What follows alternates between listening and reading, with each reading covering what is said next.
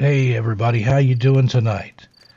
Steve Stockton with you here, back for another night of Campfire Stories. Got some really spooky ones coming up tonight.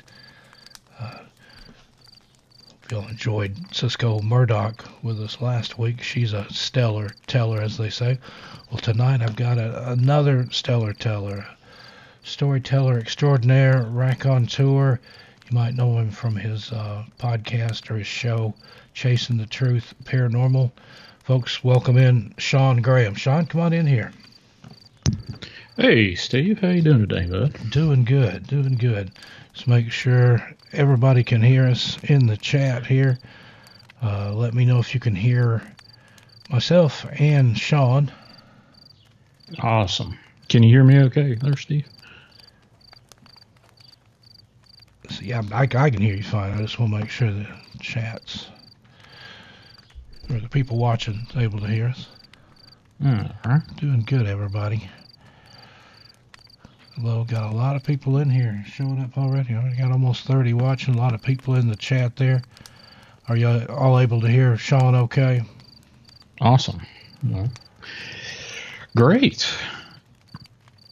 Fantastic. Okay, got the all clear. All right. So, yeah, join us around the campfire here. We had a good time with Cisco Murdoch last week. We ran it's over 3.5 hours. I think we got kind of wound up and didn't know when to quit. And if I hadn't needed a bathroom break, we probably wouldn't have quit when we did. But it's all good tonight. We'll talk as long as you want to talk, Shawn. For those that don't know you, tell us who you are and what you're about and about your show.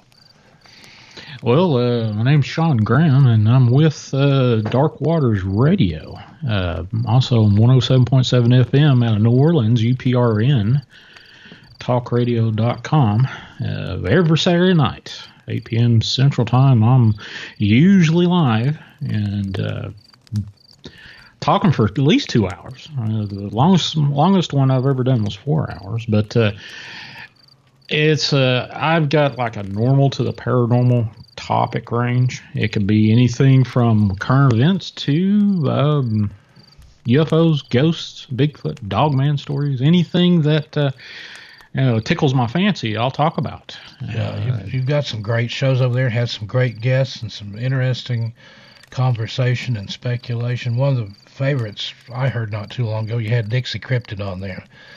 Yeah, Dixie. He was actually one of else. I've got the most bounce backs from Dixie when he was on there. I got a bunch of Facebook follows off of that one. So, but Dixie's great. I've had him on once. I really like Bigfoot just because of where I live in Southwest Virginia. Bigfoot is a big deal around here. It's always been a big deal with me since I was a little kid. So it's, I'm excited when I have people that, look into these topics of the paranormal or the cryptid world.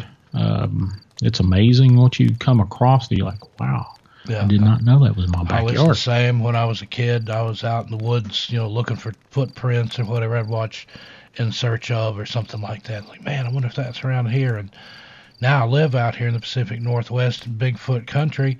And I hear about all these sightings and things back east now between Bigfoot and Dogman and some of the new winged cryptids that they're seeing and stuff. Of course, there's still some action out here, but seems like grass is always greener somewhere else, so to speak. Well, you move out to a particular spot to say, hey, I'm looking for Bigfoot, and then you move out and it's like going fishing in a lake.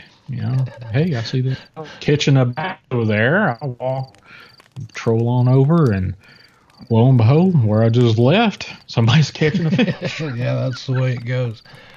Done a little bit of exploring here. Went over into Washington State, close to Mount St. Helens, the Gifford-Pinchot National Forest over there. There's been some sightings, and once everything kind of settles back down and they get the parks and the forests and everything open back up, I've got some people going to take me over to the Ape Canyon area. I don't know if you're familiar with that case or not. It's where in the 1920s a bunch of miners got attacked by a group of Bigfoot, and they held them in their cabin for a couple of days. And bounced big rocks off of it and stuff. And one of the guys claimed to have shot one of them and saw it fall off a 300-foot cliff. So there's been some recent expeditions up there to see if they could find a skeleton or anything. And last I'd heard, it's a different Dark Waters, but there's a Dark Waters Paranormal Explorations group.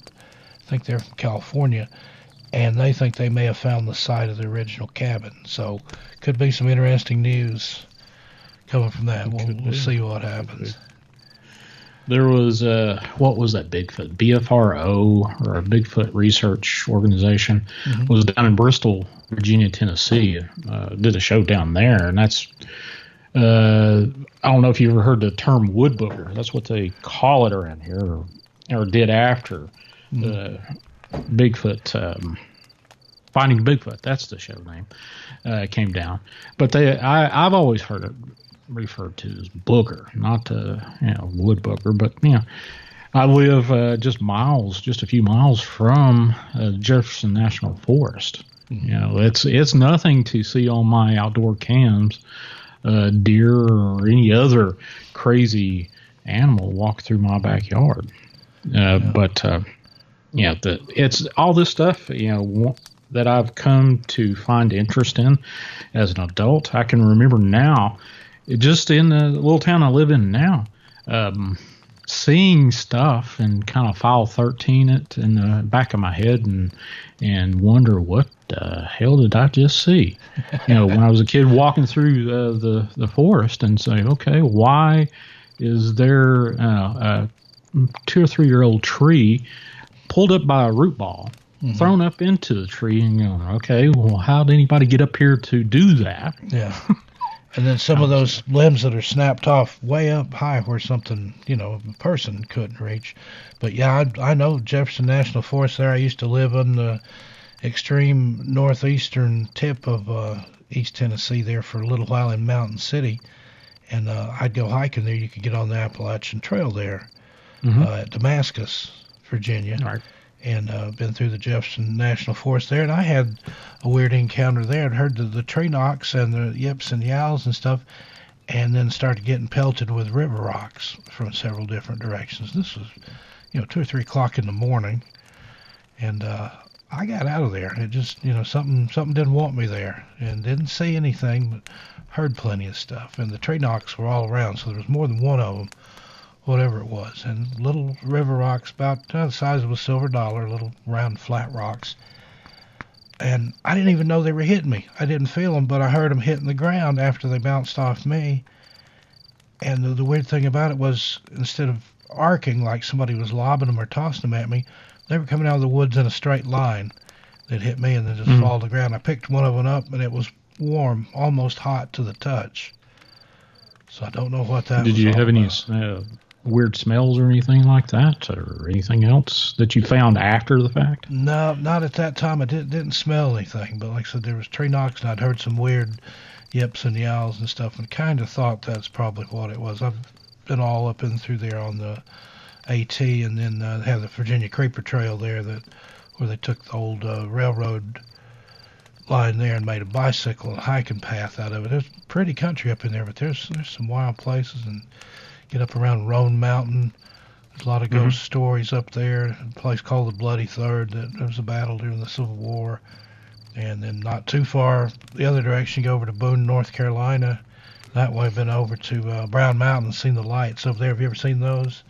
Yeah, they've actually have those lights around in my neck of the woods, actually. Yeah. It's, but I've never seen I've been through Boone and through Brown Mountain, but I've never seen the lights. But my father used to live on top of this, this mountain chain here in Southwest Virginia, pretty close to, let's see, well, it was in Wise County. And he could oversee the valley, and this big valley that swooped all the way down into northeast Tennessee. He could actually see the smokestacks from a paper mill in Kingsport, Tennessee, on a good day.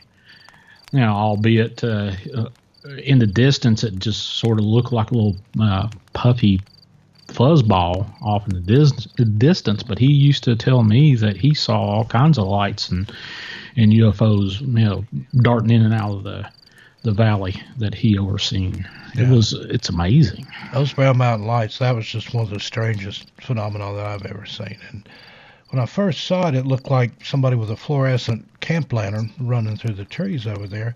But then when I looked at that same area in the daytime, because I'd gotten there after dark, it was like a sheer cliff face over there with trees growing up out of it. I'm like, no way. You couldn't walk through there, let alone run and carry a lantern. But they don't stay in the woods. I've seen them come up over the top of the mountain there and shoot over. I was on Wiseman's Gorge looking toward the mountain that way. And I went several times and never disappointed. Usually the best time to see them was in the summertime, and if it was just a little rainy, they seemed to put on more of a show. But sometimes it wouldn't start until late, like 11, 12 o'clock, and then usually by 2 or 3 in the morning it would kind of die down. But there would be different colors. Shawn, they would split. Sometimes you'd see one big light and it might split into 2 or 3 and then come back together. I have no idea what it was, but it was fascinating. Well, I used to live in Kingsport, Tennessee. Heck, it's been 5 or 6 years ago, right before I went and lost my left leg. But I actually saw what the people would call a TR3B triangle over top of my house one night back in 2009. I actually did report it to Newfork, the National UFO Reporting Center, online. And I think I still have the link to it. But anyway, I came home after the first Avengers movie was in the theaters, and I just got out of the car, looked up, and said, "What in the world is that?" Had old elm tree in the backyard. And it was old growth, 100 plus feet in there, towering above my house. It was one of those trees that you wonder, well, if a big storm comes by, is this going to, cut my house into kind of trees? And I saw this 2 lights pop up, and then I saw a third light, and then, white lights, in a triangle formation. And in the middle was this red strobe light. And I'm like, oh, what in the hell's that? Perfectly silent. And I actually had a iPhone 4 at the time, and I started taking a video of it. And I actually still have that video, and you hear myself and my girlfriend at the time talking about it. But for whatever reason, I could not get the video to show what we were looking at. You can hear us discussing what the hell the thing is floating silently above the tree line. And now that I've went back and looked at it, the last 3 frames of the video that I took, you could actually see the lights. I don't know why, what happened with it. It's just strange, is all I can tell you. That was one of the best. I've seen some pretty interesting UFOs in my day and time, but that was the best one I've seen so far. Wow.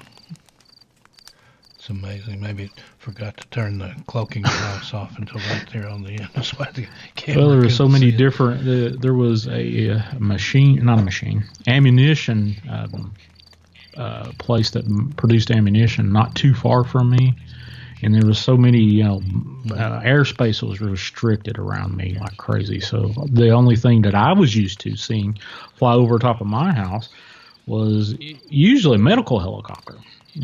Flying to one of the 2 medical centers in that town I used to live in. So it's interesting, to say the least. With the UFOs that I'm aware of that has been seen around in my neck of the woods, regardless of all the Bigfoot sightings and the Dogman sightings that I've heard, I've been tracking a Bigfoot person that's been doing what's called Bigfoot Chronicles on YouTube. I think can I say the YouTube channel? It's not mine, but it's called The Hillbillies. And he has a husband and wife and a little son that they had last year. And he does Bigfoot Chronicles, and I think it's in western Kentucky. And he's, I've been watching some of his Bigfoot stuff, and I'm like, wow, that's literally 45 miles away from me. But also, this entire region that I live in is just steeped in some crazy cryptid stuff. On Amazon Prime, you can find a thing called Hellier, Kentucky. And it's literally 15 miles from me. And Stephanie says hillbillies are amazing. Yeah, hillbillies are amazing, and I'm definitely a hillbilly. But I've watched, it's 2 seasons on there called Hellier. First season kind of got me interested because there was supposed to be a goblin that literally 15 miles from me. Sightings all over the place over there. I was like, well, that's the part of where a lot of my family came from, and I've never heard my grandmother say anything about goblin. I've heard her talk about Bigfoot and ghosts and whatnot all my life. That's one of the joys of me remembering my grandmother was all the crazy stuff that she would scare the living crap out of us when we were kids. Oh man, I can relate to that. My grandmother was the same. Now you talked about boogers earlier. That was they talked about haints and boogers. And oh yeah, I can remember my grandmother at just right after sunset, and it's still dusky dark, and she'd call out and say, "Hey, get in here before the booger gets you." And I never really put 2 and 2 together. I always thought it was a ghost or something out of the woods, but I never really thought it was Bigfoot. Yeah. Now that I look back on it, yeah, that's what she was talking about. Yeah, amazing. Now, we were getting ready to go on the air here. You told me some other really interesting stories that I'd never heard about. I think it's the Kingsport area there, or maybe where you're at now. Well, there was it's been a minute. There's a little place here in Southwest Virginia called Big Stone Gap. Actually, there was a series of books written about this little place called Big Stone Gap. And there is so many different... let's see, you guys have an echo in your audio. Really? Is that from me or from Steve? Let's see. Anyway, Big Stone Gap. Yeah, so many different little places around Big Stone Gap that is haunted. I've told a couple of like coal camp. I think you and I actually got off on coal camp stories one time. You and I talked. Mm-hmm. But there is this little place called the June Tolliver House at Big Stone Gap, and it's like a 2.5 story house that's haunted. But it's famous for an outdoor theater that they do the Trail of Lonesome Pine reenactment. It's a local, kind of the Appalachian thoroughfare for old and timey legends. But in this June Tolliver house at night, which I used to live in Big Stone Gap, Virginia, and I know that dwelling well. There is supposedly a little old lady that haunts that place that carries a candle lit throughout the house, and you see the candlelight going from window to window and upstairs, and there's it's locked down at night because they've turned it into sort of like a roadside attraction kind of deal. But the other things that there was a place in Big Stone also. Train tracks, where it's a coal camp kind of community. There's a train crossing called Cadet, Cadet. And I actually have heard this story several times when I was living in Big Stone. Reports of seeing a headless ghost with an old long wool coat. And people mistaken a big black dog laying on the train tracks, usually at night. So they usually go up to this big black dog and thinking, well, we'll just shoo him off the track so he won't get hurt or whatever. And as they approach this big black dog, and all of a sudden this man arrives, gets up, but he has no head. told me that earlier. I got chills from that one, man. That's just anything has to do with headless. Anyway. But apparently, this ghost will raise up. You know, obviously, you're looking for this large black dog sleeping, and this man raises up with a head, without a head, and there's no head to be found, of course. But he, toddles off down the train tracks and disappears. But the legend has it from 1960. There was a guy by the name of Skinny, can't remember, Skinny Wilson? Yeah, Skinny Wilson. And he was decapitated at the station yard there back in 1960. He was one of the local. He wasn't exactly the local drunk or anything of that nature. He was known to nip a little bit late in the evening, out right around closing time or getting off work, and he apparently lost his head when he got drunk one evening waiting for his buddy to come pick him up, and he fell asleep on the train track, and the train come by and just chopped his head off. And ever since then, there's been reports of people seeing the same thing, thinking there was a black dog on the train track. And, there's nothing malevolent about it. It's just this, headless soul creeping down the train track and disappearing. It's crazy to think about certain things, and I'm sure there's many people that can tell this story a whole lot better than me, but, just to think about that, just to have a headless man.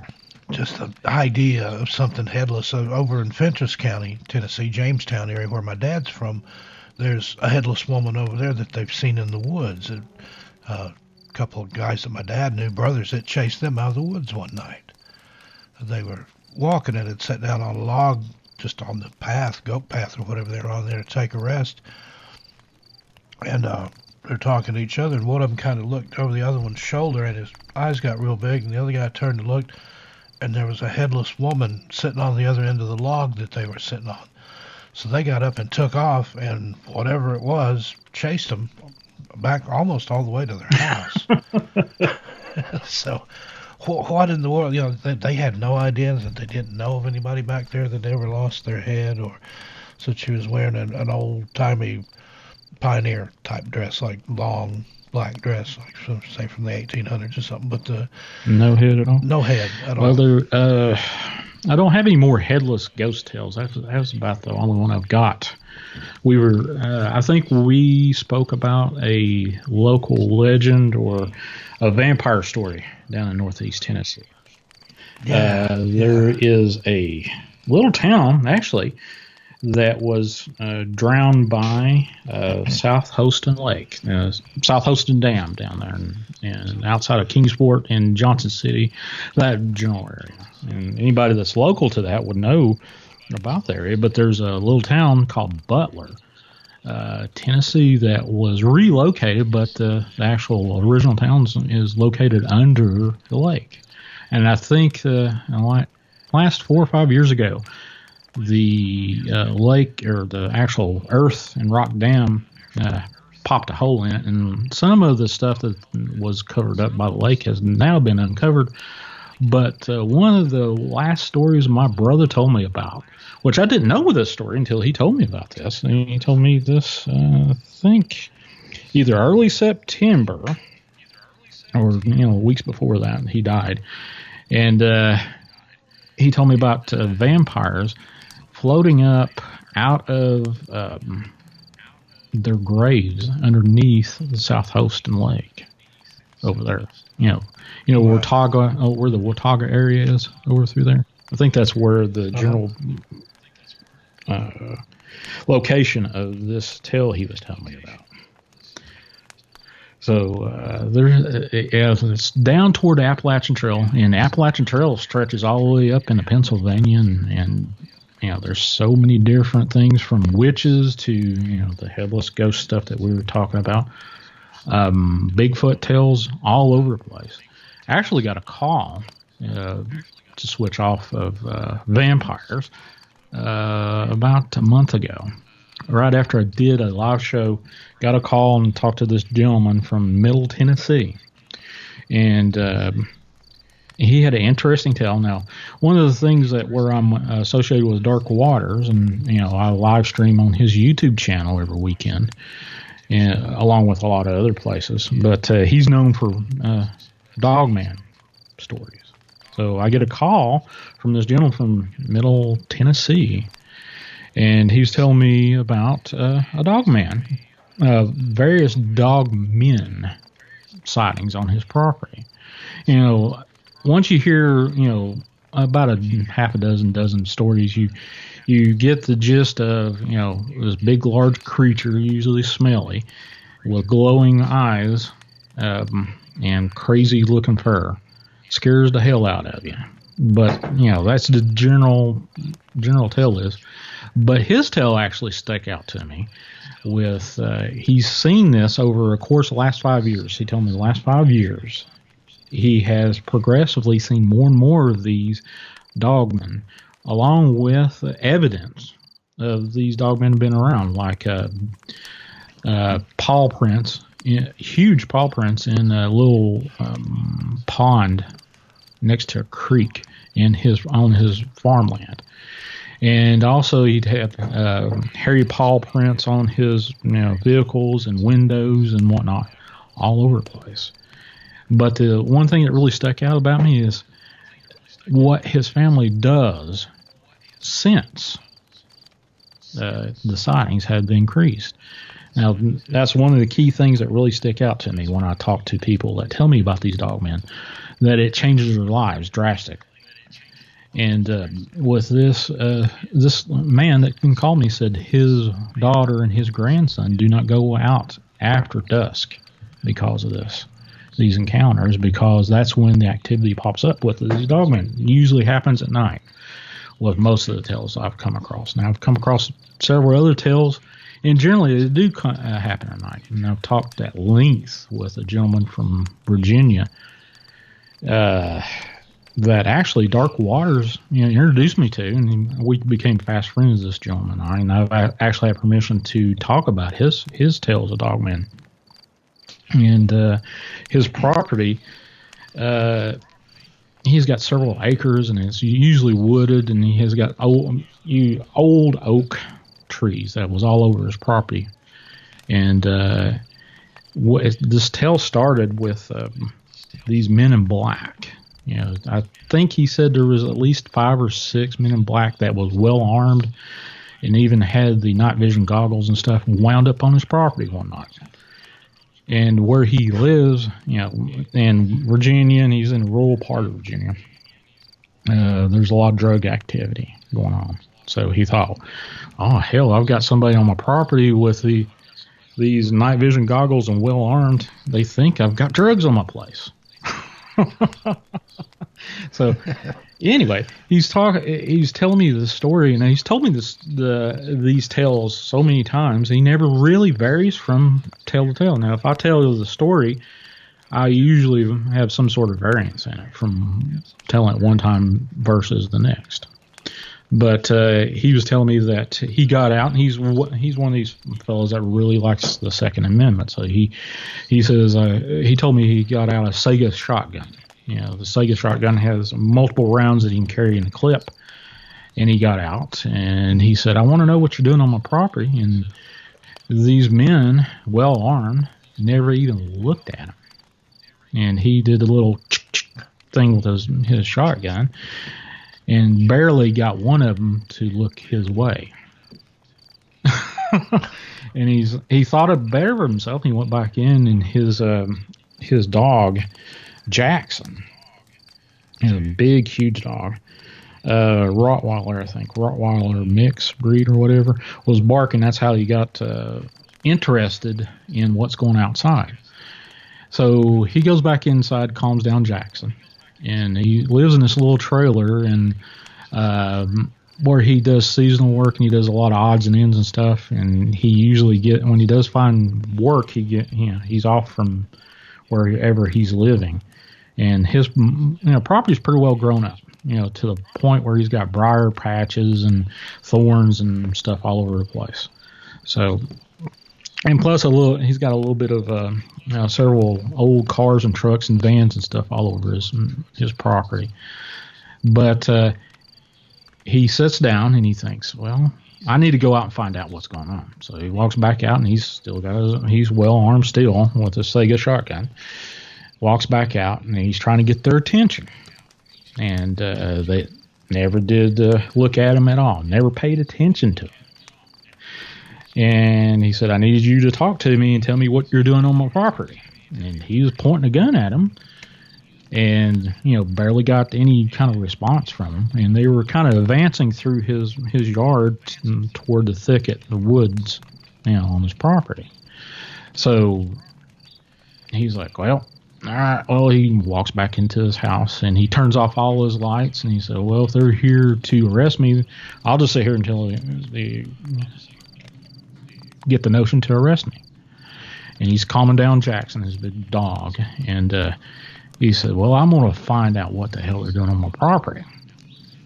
So he sneaks out of the back of his house, and he knows the property pretty well. And he says, I was about as quiet as you'd want to be deer hunting. And he gets out and tries to go around them to get behind them to see what they were doing. And he gets out, and he thinks he's got the drop on him, and walks out, and he raises up, and he says, I need to know what you boys are doing on my property. Well, he hears something snap behind him. There's two of these well-armed men dressed in black fatigues behind him.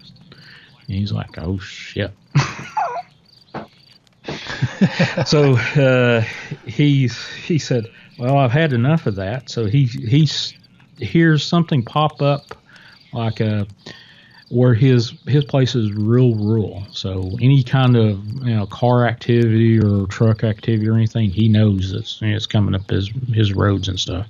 And his neighbor is a couple acres over, and he sees the headlights of what he thought was a car. So he runs over and sees what's going on with the car, and then all of a sudden he sees all these men that was on his property jump into this black sedan. And he said it looks like one of those black cruisers that the state police has for Virginia. Pop in, and they jump in the car and run off. Well, the story doesn't stop there. He's like, oh, God, what? He said he stayed up all night wondering, am I going to get arrested or whatever? So he pops up and goes to the local sheriff's office and asks them about it. And says, hey, buddy, what's going on? He actually talked to the sheriff, and he explained to him that these men in black came in well armed with these night vision goggles. And he said the one thing that I remember about the night vision goggles, it just had a little amber light glow from one side of their head. I think he said it right side or middle. Yeah, but anyway, he was telling the sheriff, and he said, the only thing I'm worried about is, am I being investigated for drugs or whatnot? He thought, well, he had a girlfriend that one of her friends or brothers was being investigated or had been investigated for marijuana or something of that nature. So he goes in there and he says, if I'm in trouble, why are you allowing these cops on my property? I just want to know. And the sheriff says, well, buddy, he does his little typing on his computer, and he looks back up and he said, well, if there was something happening investigation-wise on your property that the sheriff's office would know about, I wouldn't be able to tell you that was anything going on. And he says, as of right now, I'm going to tell you there's nothing going on. So, and then he got out of the sheriff's office, and he said, well, I'll go to the state police. And he went to the state police, and they gave him the same walkthrough. Said, we can't tell you that, but there's nothing going on. Then a few days later, maybe a week later, he thought that Jackson started barking his head off one night, and he thought, oh, those men in black are back. And he looks outside, and he just went to bed. and all the lights are off, and he's looking out through his window that, he had an outside, utility light on, and he sees these glowing eyes looking in through the window at him. And, eyesight through his window, he had an old 70s Chevy van with one of those moon windows in the back. He said, these eyes was looking at me, and these eyes were on the, right par with the moon window in the back of that van of his. There's echo in Graham's microphone. Really? Let me turn this down a little bit, see if that will help. Sorry about that. But hopefully I didn't turn the gain down too much. But anyway, he looked out and he's like, all right. So what are these glowing eyes that was coming, looking through the window at him? So he gets up, throws his jeans on, and looks out and sees these eyes attached to what he described was this 5.5 foot tall on two legs. He said looked like a fox looking at him on two legs, 5.5 feet tall, looking back at him. And one of the reasons that he got involved with Dark Waters was he's trying to figure out what the hell was on his property. He said there was two of them, and more from what he has gathered on his property. But he said that this thing walked like a cat on all fours, and the fur looked like a Siamese cat, like a seal-tip Siamese cat. They had a different, under.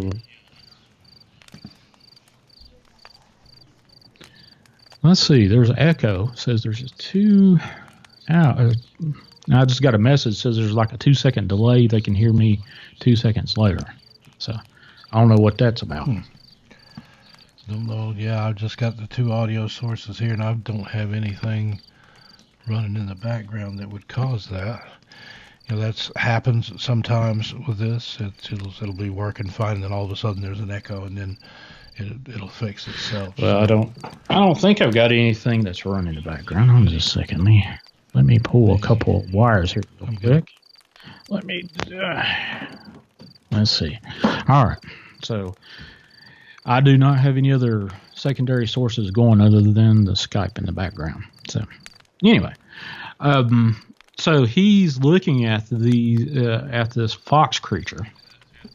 This is days after these men in black pop up on his property.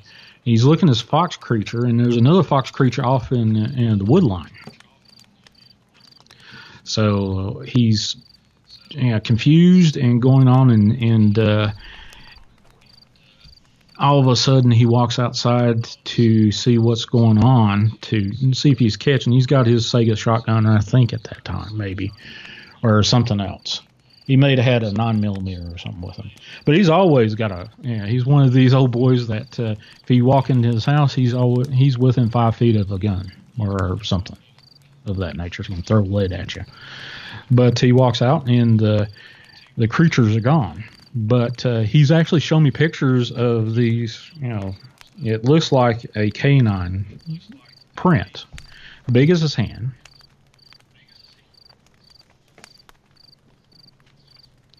Quiet echo I mentioned before, Shawn, it's yours. Okay, Stephanie, well, I don't know what to say about what's going on in the background there.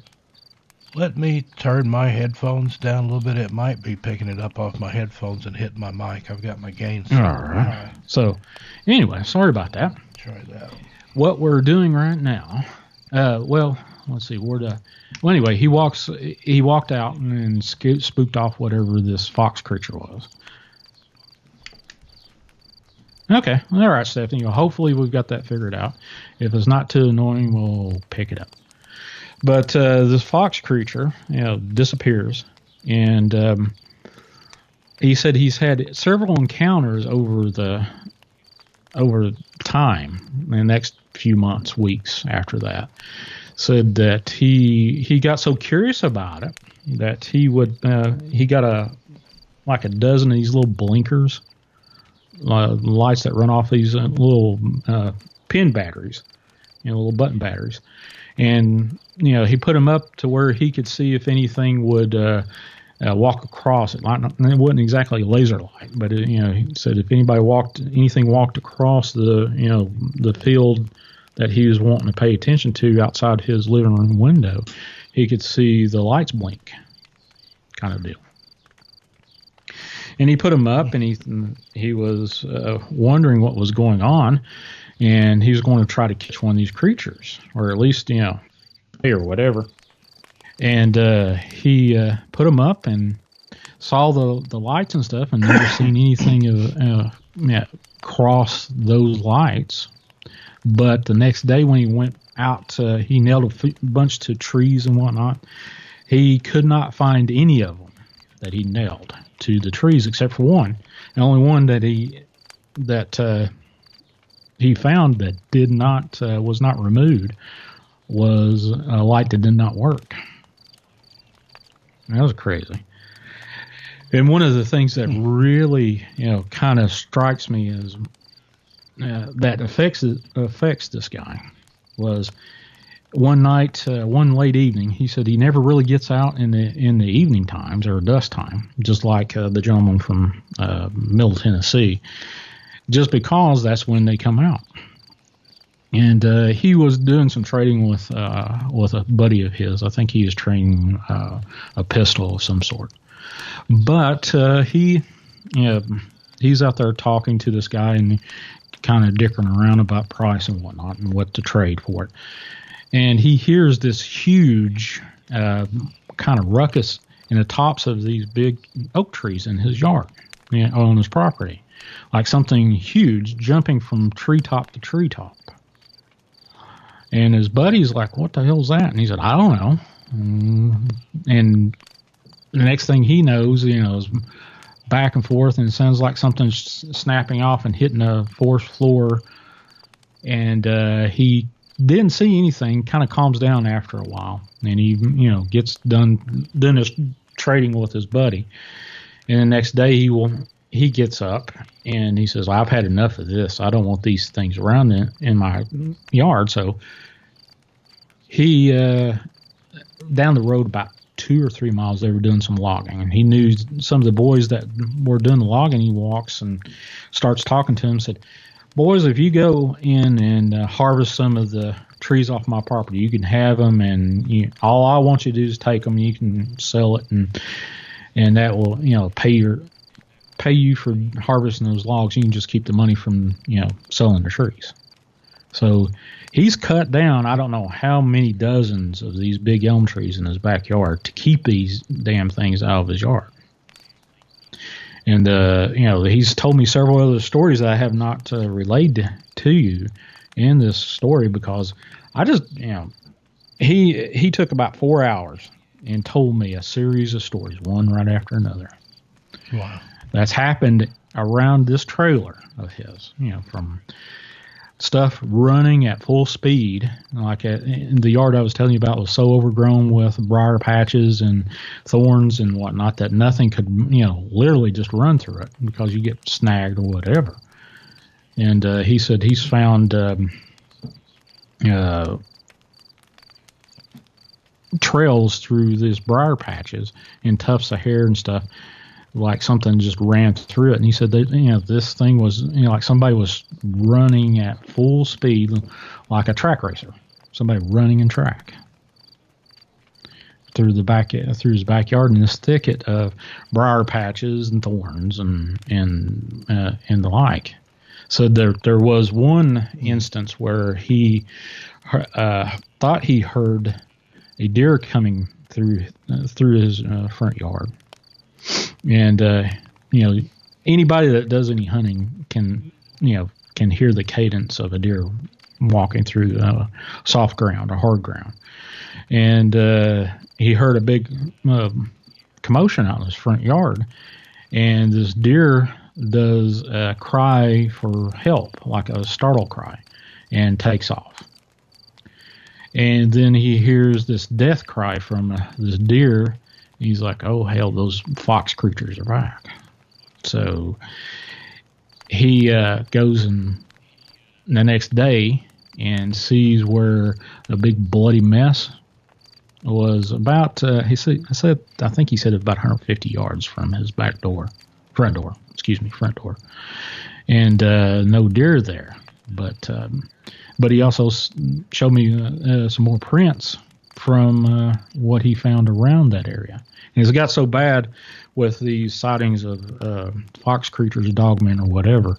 He's actually, I don't know why he produced this cocktail of bleach and ammonia. Now, that's the wrong thing to do, but he actually says, yeah, I've done that. I said, buddy, you hope you didn't breathe in the mist off that stuff. That'd kill you. And he said, it stank. And I didn't. It's out in the middle of nowhere, but he would take this mixture and spray it on the trees to, kind of ward off these creatures, thinking that would, the scent of it would, of this bleached ammonia crap, which I think it actually produces cyanide, chlorine gas, some deadly gas. Yeah, something like that. But he sprayed it on his trees for weeks on end, and he'd go in the dollar store and buy gallons of this and gallons of that, and they were wondering, what are you doing with all that stuff? He said, you don't want to know. I said, is it illegal? No.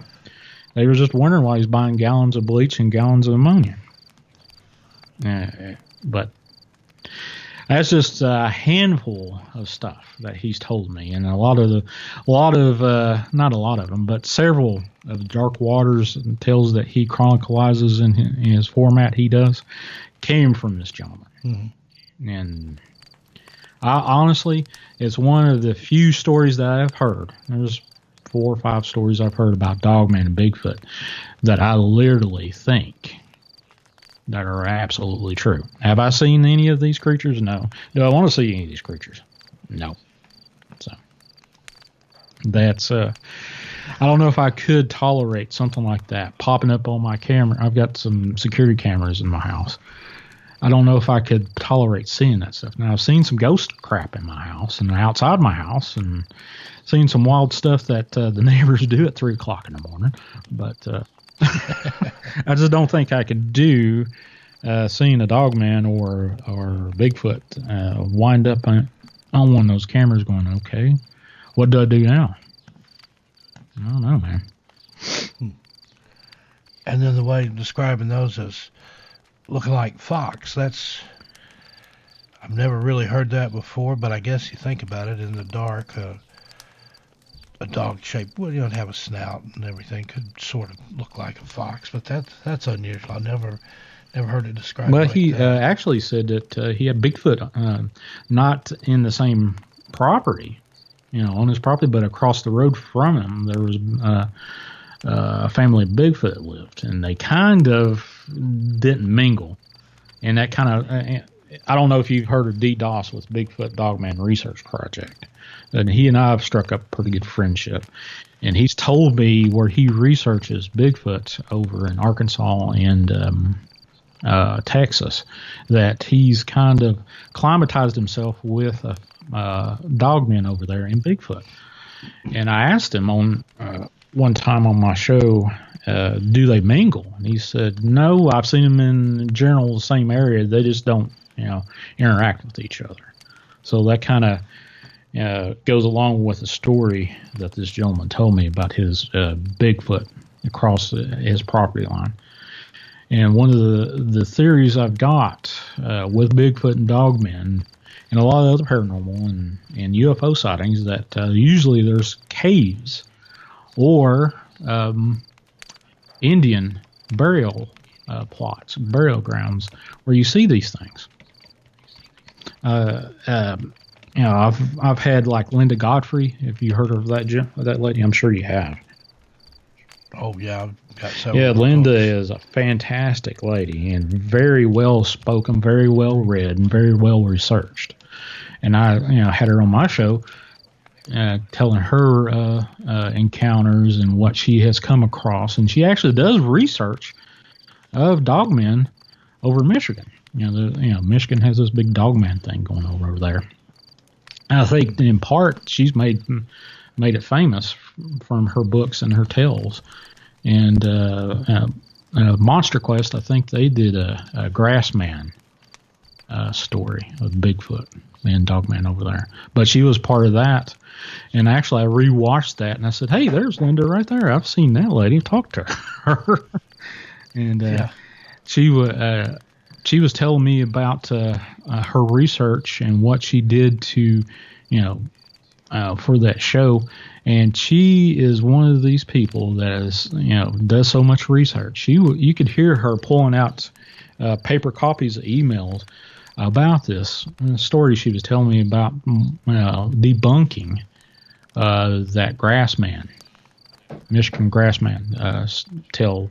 It actually turned out that they were trying to sell DVDs of the Bigfoot Dogman kind of deal over there in Michigan. And they made this ghillie suit and made this little stock 8mm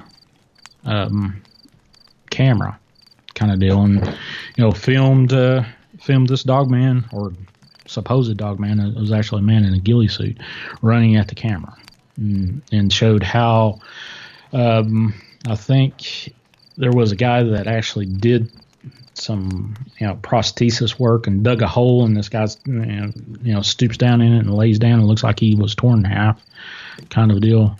And they did it with this 8mm camera, and it looked all authentic, even up with the snowmobile wheels. And here's Miss Godfrey telling me about, this was what I found out, and we actually was going to have this guy on. And said, well, we'll just wind up and make this a debunking Monsters Quest. And it actually turned out to be pretty good, and have Linda on there to tell the tale and have her flip through her pages of emails, which you could hear in the background flipping through it. It was one of those amazing folk tales that somebody would sit down at a fireside, as we're doing right now. I just love hearing her tell her tales. Oh yeah. I've got to find that episode now. I'm watching, but I've got several of her books. I Know What I Saw is one of them, and like American Monsters or something like that. She got some good stuff. Yeah. I've never read a book of hers that wasn't just outstanding, and you could tell she put the work in. She did a lot of research. Oh yeah, she was a reporter. That's how she got into it, and she just wound up, researching and got a taste of the paranormal and the cryptid stuff, and just went with it. So, but we became fast friends. I haven't talked to her in a while because she's a cancer survivor, and at the time my brother just had found out that, within a year had found out that he had cancer. God rest his soul. But we kind of struck it up because of that commonality, where she is a cancer survivor, which is amazing. One of the things that I did as a career, I was a sleep lab manager. And the sleep lab that I was over at the time was over top of a cancer treatment center. And I would bump into these amazing people that was, going through this cancer horror stories.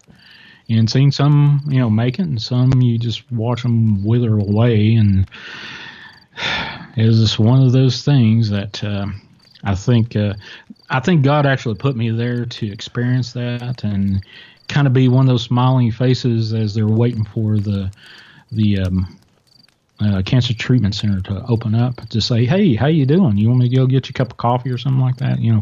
Kind of be that ray of hope or kind of positive energy. So, Lauren G, sleep lab stuff. Yeah, I can tell you all kinds of sleep lab stuff, from people walking in their sleep and pulling crap off all during the night. I've heard some interesting stories about people taking Ambien. Anything of that drug family can cause crazy stuff. They have total memory loss. People sleep eating. There was a guy that ate some soap, and somebody else that ate some sponges, and just stuff that you wouldn't normally even consider eating. They were tuned up on Ambien and got up and ate it in the middle of the night and didn't even know it. One of the, when I was going through the paces to become a registered respiratory, I was a registered respiratory therapist to start off with.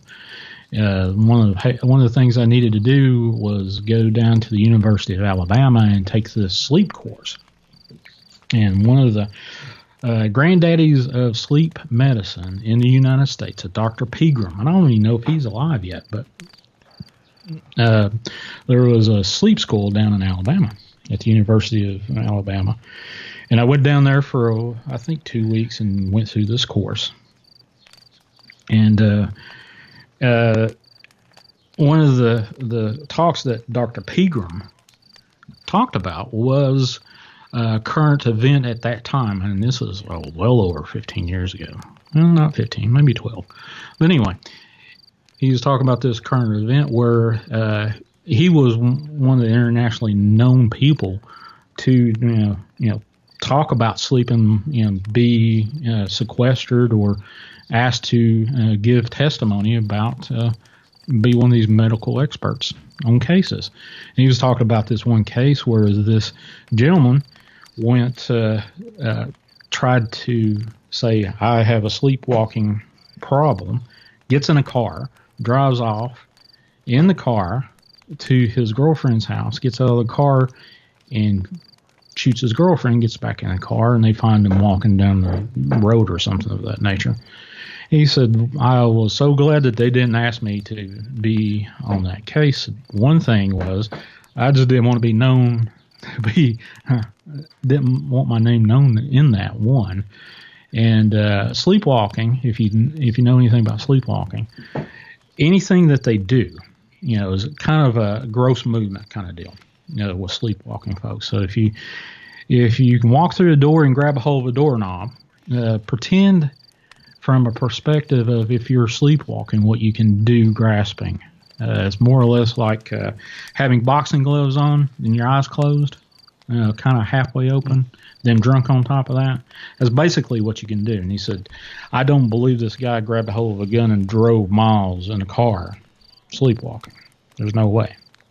There's just now Ambien and the rest of these drugs that induce sleep can do some wild things. It can make you crazy. Definitely.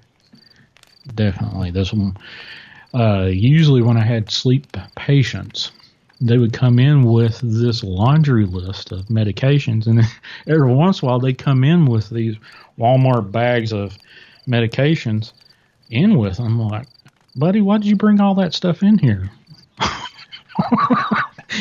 You just write it down or have your bill from your pharmacist. They would come in with drugs that you could probably open up the bag and probably get sleepy just looking at the medications.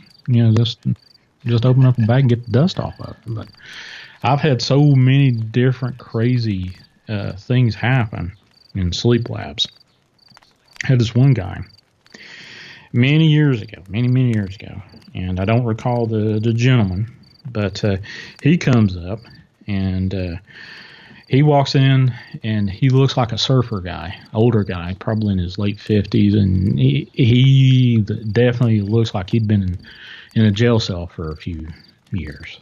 All the tats and whatnot, and he's carrying this old blue blanket. It's got cigarette holes in it all over the place. And he's carrying this big old cooler full of beer into the sleep lab in the middle of a medical center. He was ready. Huh? And I said, what's in the thing? He said, this is my beer. I said, well, buddy, you can't have the beer here. Well, my doctor said I can. I said, well, I'm sorry, but your doctor's wrong. You can't have that. And he kind of cussed me out, and he said, well, buddy, so I was hoping that you had been a female. I was like, well, luckily, I'm not. And he got kind of pissed off at me. And he says, I got to go downstairs. My back's hurting me. And he goes to the emergency room. And I already had put another patient to bed. So I called downstairs, and after the craziness that, one of the things that he was coming in for was to get more sleep meds. And I got him to the point where he was actually filling out forms before he made the decision that he was leaving the sleep lab to get more pain medication. And he takes out this handful of drugs, and he says, "This is what I take. Can you tell me what these pills are?" No, and he's got like easily 24 of little capsules in his hands, and I don't know, but if I stand any closer, I'd probably fall asleep being next to you, man. But he gets downstairs, and apparently, this story gets weirder and weirder. But anyway, I call downstairs and tell the ER head nurse, I said, that guy can't come up again because it's too late to do anything with him. And they call back, says, "Shawn, he wants to come back after we get done with him." And I said, "No, it's too late. It was well past 10, 11 o'clock, and that was too late to get him into bed and do all I needed to do to hook him up." And the next thing I know, the nursing supervisor for the entire hospital comes up and says, "Shawn, let me tell you something." I was like, "Okay." So that guy that was in your lab, yeah, the guy with the cooler of beer, yeah, that guy. He winds up and starts pitching a fit that they wouldn't give him any medication. And they finally had to call the PD on. Well, it turns out that he had a van full of stolen blank prescription pads in his van there. Well, they got him for that. Plus, he had a loaded 45 in his van. And this is a weird aspect that I didn't know at the time, but I do now. He had a lot of empty vodka bottles, and enema bags full of vodka. And I didn't know at the time, but that was one way to get super drunk super fast and not have that curious little sweet smell from a drunk on your breath. I've heard that. Not that I would ever try. I was young, like dumb, that, and I've heard. I was like, "You got to be kidding me, right?" I said, "Well, he's not coming up. He's cooling it off in the jail cell right now." So, all right, that's cool. And the story doesn't stop there. A few weeks later, maybe not a few weeks later, maybe a week and a half later, 2 weeks at tops, I call the doctor's office and tell them that, hey, this guy shows up for the sleep study, and we can't do his study because of blah, blah, blah. And he, as a footnote, he got arrested. And the nurse said, "We thought that you would have had a problem out of him." And I was like, "Well, gee, thanks for telling me beforehand." So, I don't know. There's most of the patients I've come across was just, they just want to come in and they got talked into doing a sleep study begrudgingly because their bed partner, the wife or husband, said, "Hey, you sleep and stop breathing and snore too loud. I can't sleep with you," kind of deal. I had all kinds of interesting stuff that 1 in 1,000 people would see, even in a sleep lab setting. I've seen where a person had DNA problems where there's part of your DNA sequence that actually regulates sleep, and her DNA sequence that regulated sleep wasn't there in her DNA chain. So she literally slept 30 minutes a week. And those, I've read up on it, and it's a very, very, very rare problem to have. But these people generally, only make it into their 20s and 30s. I think this person was in her 30s, maybe. Yeah, but you can't go without sleep for that long, for so long. But no. Well, you think about it, she probably packed 60, 70 years into that 30 years Probably. of living if she only She slept was 30 just, minutes a week. it's just one of those, it's curious to work in the healthcare field because, one of the greatest things I've ever come across was just meeting people. I love working with people and dealing with their problems and making amends and, kind of making a mark in their life to where I made their life better. And that's one of the things I did with sleep studies versus respiratory therapy. Usually respiratory therapy, you get to know these frequent flyers, quote unquote, and they, usually are lungers that are COPDers that smoked all their lives, and you catch them and befriend them, and you just gradually watch them fade away over a course of a decade or so. But in sleep labs, you had instant gratification that you got them in, you diagnosed them, and you helped them out, and the majority of them was sleep apnea patients. So the majority of them you can fix them and send them home, and a month later you follow up with them. Oh man, I love this thing. It's made my life incredibly better. By factors of 10 or 20. 100 times in some instances where they were dead before and now they're living again. So it's amazing and stuff. then you get into these people that had the narcolepsy. I know I saw narcolepsy pop up in there. One of the key features of any sleep diagnoses, doesn't matter what it is, narcolepsy included, the number one complaint by far is insomnia, even with narcoleptics. Believe it or not. Mm-hmm. Now, I've seen some narcoleptics that are mild to moderate, but I've seen a handful of narcoleptics that were so bad. One of the key features of narcolepsy, especially in the severe stages of them, is they fall asleep at emotional stress. Like if you spook them, go boo, and they fall down like you shot them, kind of deal. I've come across a handful of those people, and one person that was in their late 80s. How this person survived, I don't know, or did what this person did, was actually a prison guard, believe it or not. And how this person did the prison guard kind of deal with severe narcolepsy, I don't know. But this person had such severe narcolepsy, I had to literally hold this person's head up to put the wires on the person's head, with the person's daughter standing there trying to keep the person awake.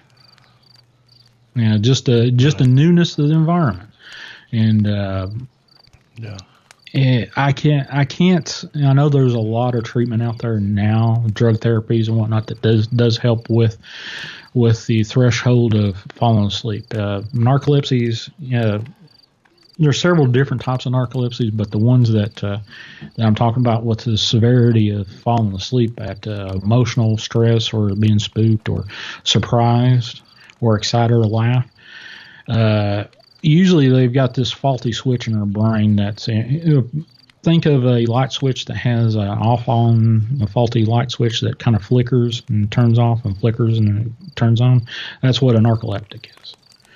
If you kind of generalize it and dumb it down a little bit with what narcolepsy is. And they tend to have extraordinary realistic dreams too. I've heard so many fantastic dream recounts from narcolepsy patients. It's amazing.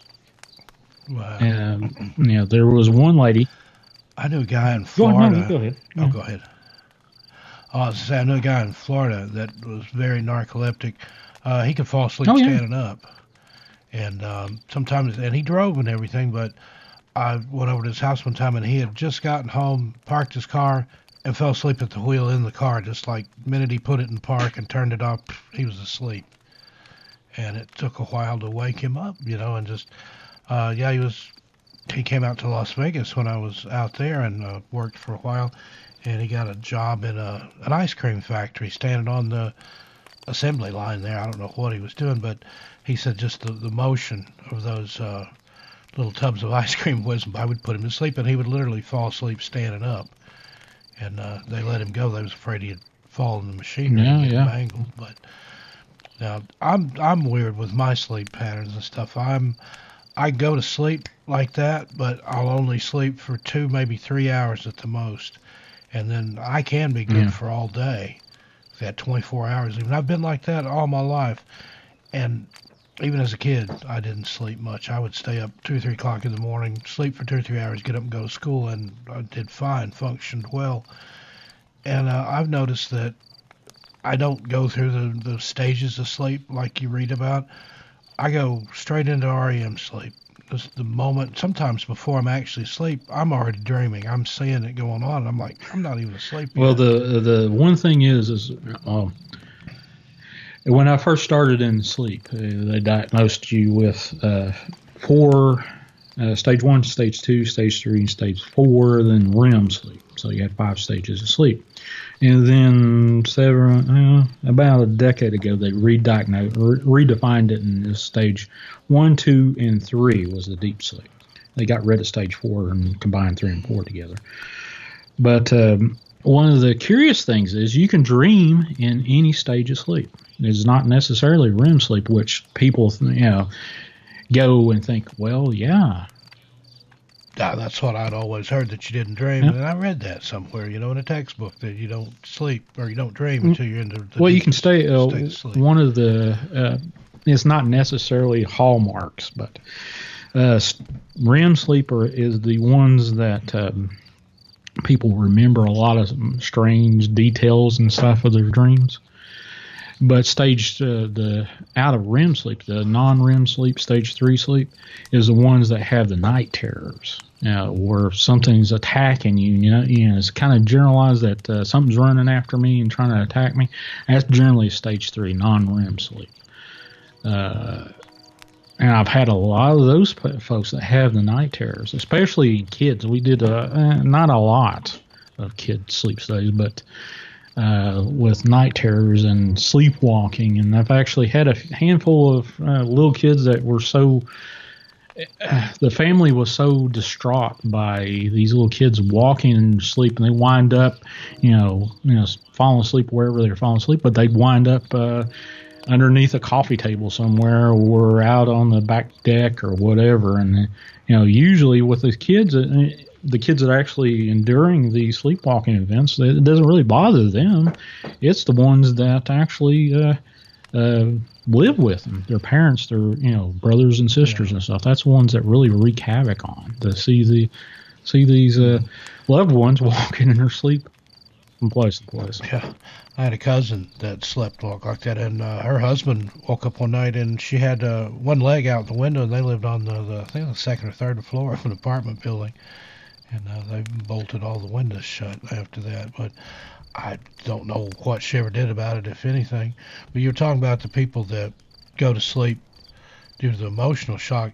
Have you ever heard of the fainting goats that they have in parts of Tennessee? Yeah. I think my girlfriend and I actually did, maybe. She was asking me to look up some goat videos, and we saw some gifs of fainting goats and stuff. And I think Stanford does that. Stanford University has a bunch of goats. Well, yeah, you startle them, boom, they follow. Yeah, they get spooked or excited and pop. And that's how they research this cataplexy thing that goes along with it, where they just... That's amazing. I've seen those. I knew a lady in Tennessee that raised those kind of goats. It's amazing to watch and spooky. And I was like, well, doesn't it hurt them or anything? She's like, no, that's their defense mechanism. It's kind of their way of playing possum, playing dead. But I'd think a predator, it's like, hey, free goat. if you're after something that just fell over. Yeah. Narcolepsy is a strange phenomenon, and it's never you can generalize it, and it's never the same from one person that it experiences it to the next.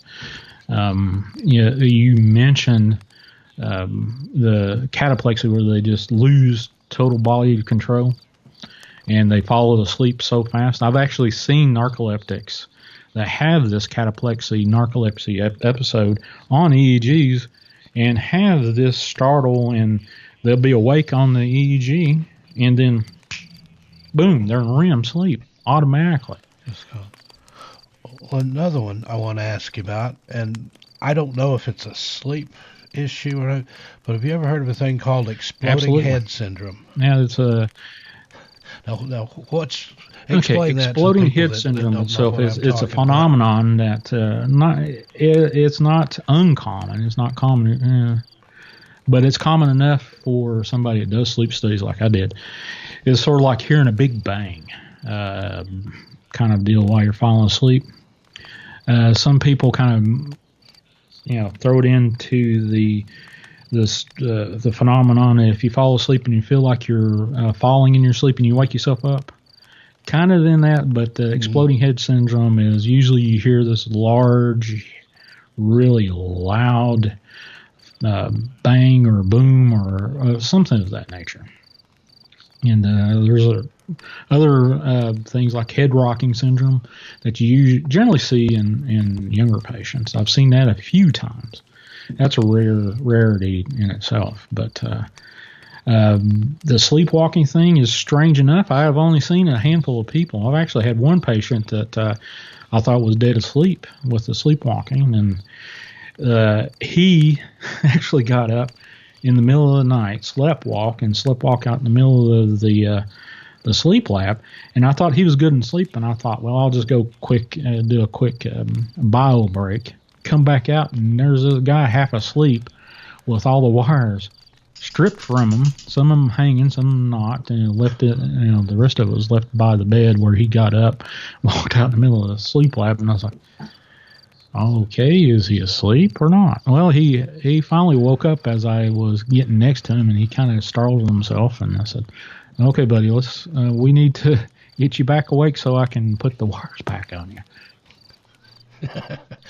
Now, what about the story that you always heard that it was dangerous to awake somebody that was sleepwalking? Is that just an old wives' tale or a myth? Or it depends on the person. Usually, if you startle somebody, it's like having a night terror. I think they're afraid that they'll have some sort of psychotic break at that moment if you wake them up to get them back. Generally, what I have heard and what I've read and what I've talked to psychiatrists and the other folks that I worked with was kind of gently redirect them to take them back to bed so they safely get back in the bed. So if you startle somebody awake, I've had a handful of people. When I was teaching people to do sleep studies, actually do what I did, I would say, I'm going to tell you this once, but then you're not going to listen to me. I said, when you go into reposition a wire or do something with a patient, you make sure they're awake before you touch them. And I said, you'll remember me telling you this, because once you startle somebody awake and they take a swing at you, and I've had a handful of people, I've never had one pop me, but I felt the air move off a fist of one person do that. Oh, but I actually, when I was managing, I had a tech call me and said, I've got to go to the ER. I said, why? I said, well, I walked in, and you remember when you told me not to touch a patient before that? And I said, yeah. I said, where'd he hit you at? She had a black eye. But that goes along with don't wake a sleepwalking patient. So you might startle them and they become violent or whatever. One of the things that happens with sleep paralysis, that's one of the craziest things that some people have it, some people don't. I've had it in my time. I don't know if you've ever heard of sleep paralysis. I've had it before. That is the strangest, wickedest, unnerving thing to go through. And I've had a handful of episodes myself. But that's where you get a lot of stories about the succubus in your sleep, where there's things standing on your chest and demons are sucking your soul out of it. Those type of stories. I've actually had one specific one. My late brother, in a dream, I was actually the story I told you about Big Stone Gap. I was living Big Stone Gap at the time, and it was the middle of the day. I worked night shift, and I was arguing with my brother to get him off my chest in my dream. And I woke up, fighting with them, and I was having sleep paralysis. And generally, if you look at it from a perspective of trying to explain it scientifically, half of your brain is asleep, and the other half is waking up, and whatever you're dreaming superimposes on the environment that your eyes are open looking. So if you're dreaming of Farrah Fawcett's standing next to you at the bed, or if you're dreaming of a demon's standing next to you at the bed. That's where all these succubi and succubus tales come from. Weird that you mentioned your brother. My very first experience with it that I can remember, I was probably about 4, because I hadn't started school yet, hadn't started kindergarten. But I remember waking up and I couldn't move. And my brother still lived at home at the time, older brother. He was quite a bit older than me. He was 17 years older than I am. But for whatever reason, I thought that he had the covers over me and was holding me down in the bed. And then when I did kind of snap out of it, I went in and asked, "Why did you do that?" And he's like, "I didn't do that. I wouldn't do anything like that." But it was weird. I thought he was holding me down like under the covers and wouldn't let me out of bed, or had the covers pinned so tight that I couldn't move. Oh, Lord. Well, one of the other things that's strange is talking in your sleep. Now, I've had tons of people talk in their sleep. One patient when I first started doing sleep studies warned me that he would talk in his sleep and walking in his sleep and stuff. And I said, sure, okay. Well, he didn't do any walking in his sleep. But this gentleman was one of these, very kind. You would never think that he would say a cross word toward anybody. Kind of people, and he actually caught me off guard because he started singing in his sleep, and I'm like, okay. And he was singing "Home, Home on the Range." But the strange thing was, I knew the song. I knew the some of the bars of the song and some of the words, but I never heard the entire song until he sung it in his sleep. And the strange thing was, after he finished singing, which was his rendition in his sleep was fantastic. He had a good voice. He said, "If you don't like it, kiss my ass." And, he stayed asleep the entire time. Well, I've got some strange stories, that's for sure, especially with.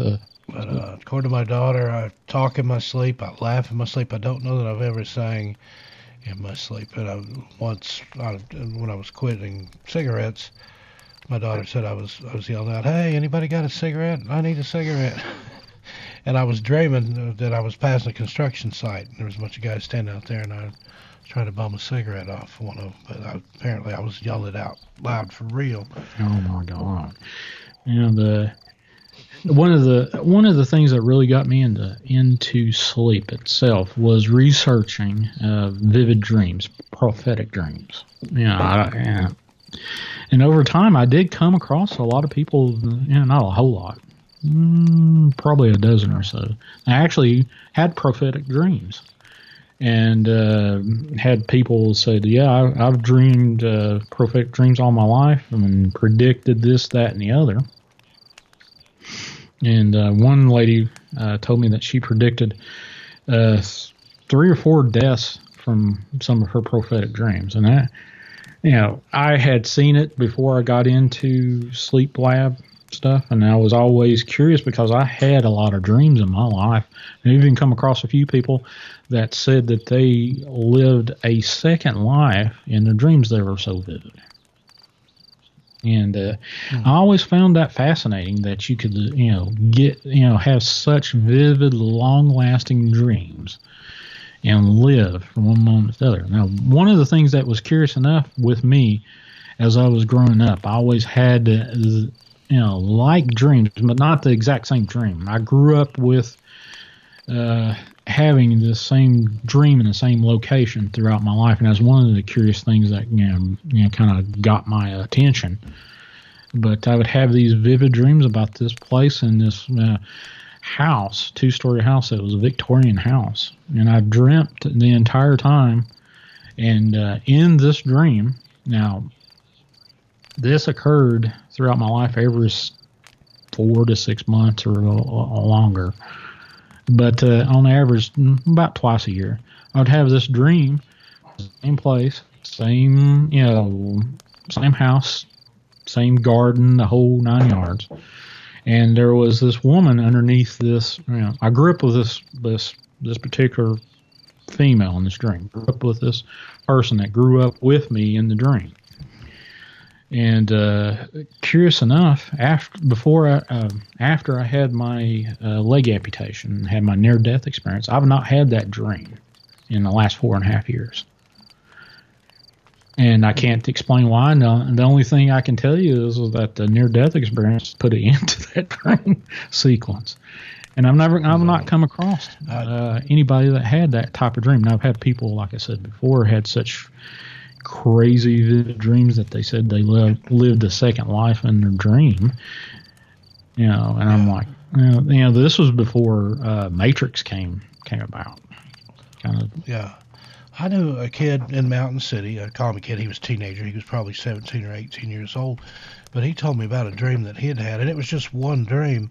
But he said in that dream, it went for years. He said he was a slave on a plantation, and when he was a boy, he got his leg injured. A mule stepped on it, and so he couldn't work in the field. So they put him to work in the plantation house. And he said he lived the entire dream from like a boy on up for years and years and years in this one dream. And that in the dream then when he was an old man and he laid down and went to sleep and then he woke up. He went to sleep in the dream and then woke up and realized. See, he dreamed he was awake but woke up and he was asleep, I guess.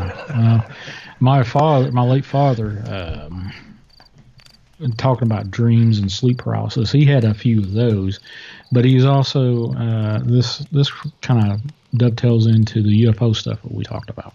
And I actually talked to my sister about this earlier, about some of his encounters that he had, that he said he was abducted, and he'd had a whole lot of missing time and whatnot. And here's one of the strange ones that I actually had her retell to me, because my dad didn't tell me this story. I heard this from my brother and my sister. But he said he woke up. He lived in a house probably about a half a mile from where I live now, and woke up and was in this room with this giant glowing orb with a lot of people standing around it. And he had this guy that was in this room along with all these other people standing around this big glowing orb, whispering stuff to him. And he had dated a gal at that time. And a guy said, was telling my dad in these whispers, saying, telling him stuff about what was happening, and said, if you speak to, the lady's name was Nina, said, Nina won't believe you, but if I tell you this and tell her, and you can tell her what I told you, she'll believe you. And sure enough, I don't know what exactly was told to him in that whisper, but when he relayed the story to her and told her the secret that this or whatever this thing was whispered to him, her face turned pale white and jaw dropped. But the curious thing was, wow, this person that whispered this secret to him was dead. Now, that was a curious spin. And it was just interesting. My dad always had some weird tales, but there was several that happened throughout my youth, along with my sister lives with me currently.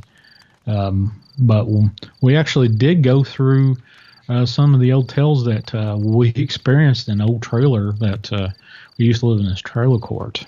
Between this huge, it was two sides of this trailer court was completely encompassed by a graveyard. And my sister, actually spoke about this earlier, so I told her that I was going to guest on your show today. And she said, I asked her about, do you remember when Dad saw this ghost and yelled at this ghost one night? She said, oh, yeah. And here's the tale.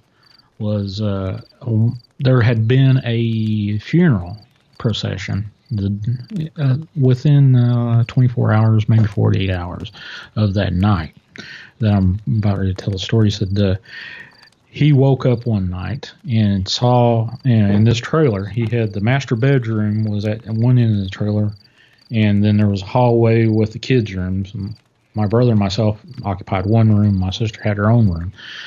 And this glowing gentleman was walking down the hallway looking in each one of the kids' rooms. And as he got to Dad's room, he raised up to say, who the hell are you?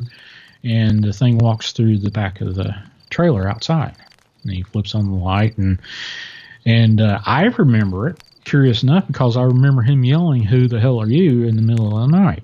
And I remember him walking out, and I fell asleep and never really thought anything about it. And one day he was, after we'd moved out of that trailer court, and I said, told my sister, I said, do you remember that day when Dad pulled in the grocery parking lot and then started telling us that ghost story telling? She said, oh, yeah. And he had walked outside, according to Dad that day, in that car.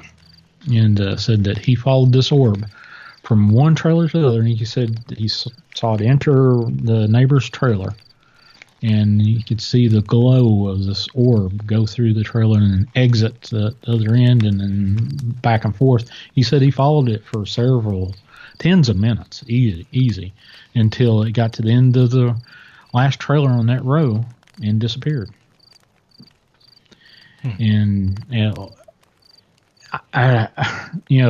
was nights that I remember seeing stuff walk down the corridor, the hallway in that trailer, and I would call out to my dad. I was probably about 6, 7 years old at the time, and he'd say, "Hey, don't worry about it. There's nothing in here," kind of still. And my sister actually said, "Yeah, I remember seeing stuff walk down that hallway," and give the same response.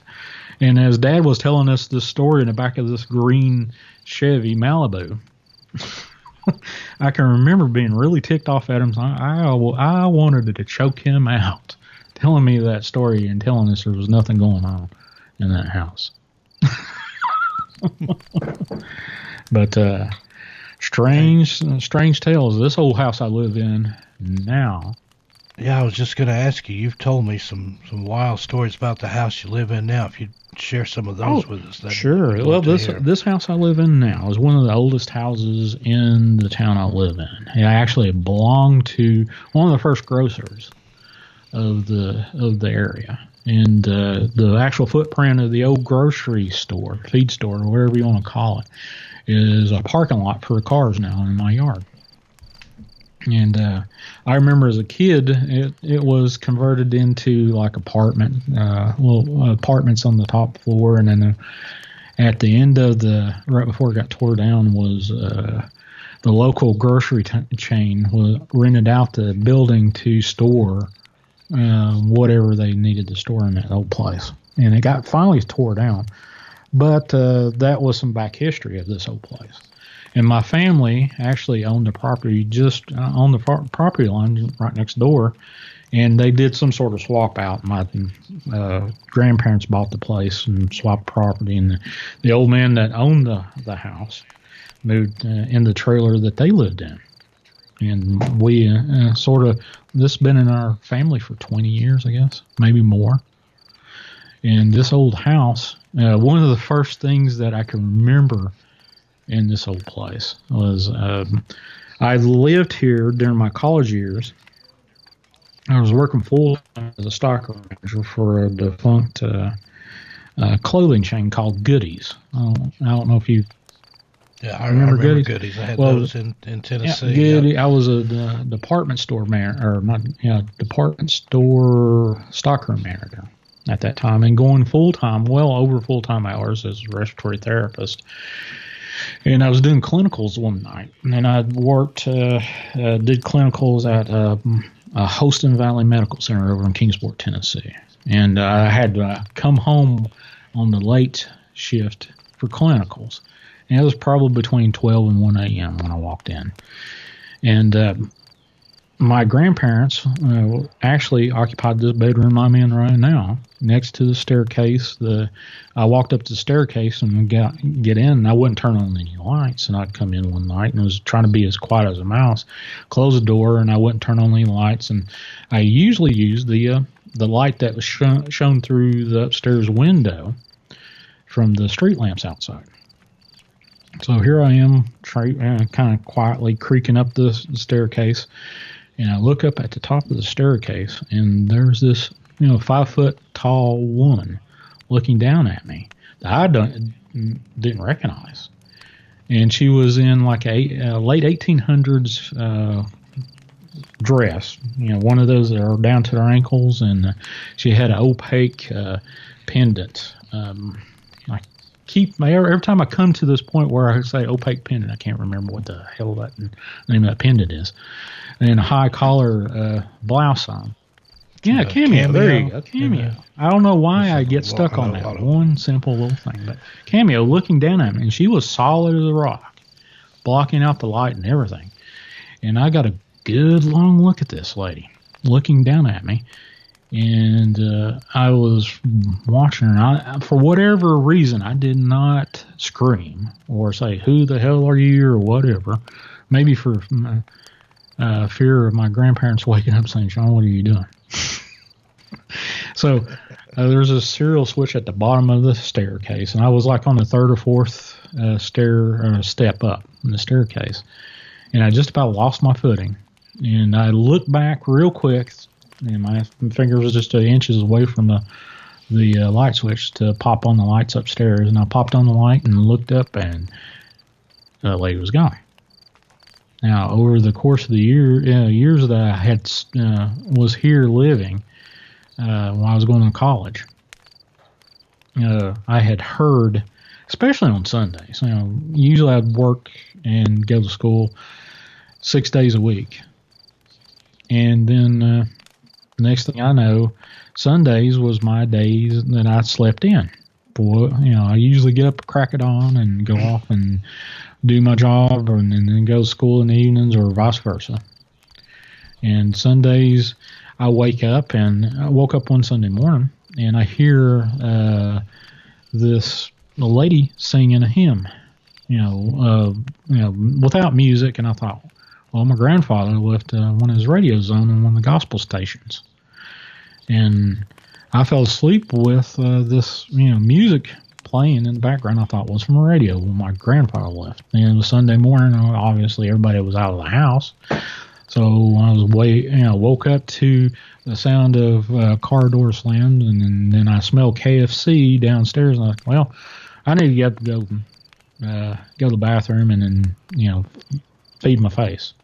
So I walked downstairs, talked to my grandmother, said, "Hey, did Papa leave his radio running, or on running, or on?" And she said, "No, Shawn, you're going to have to talk to George about that." And that was my grandfather's name.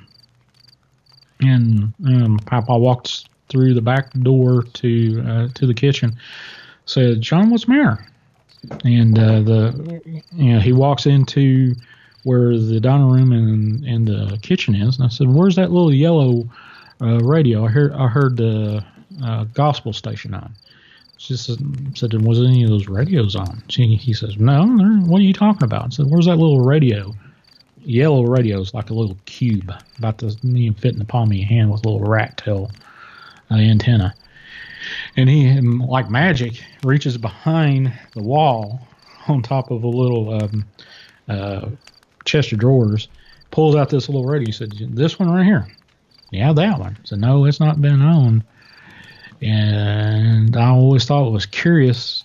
And over time, I had heard that lady singing that hymn off and on throughout the years, but not since I've moved back into this house. But I've had some strange interactions with the house since then.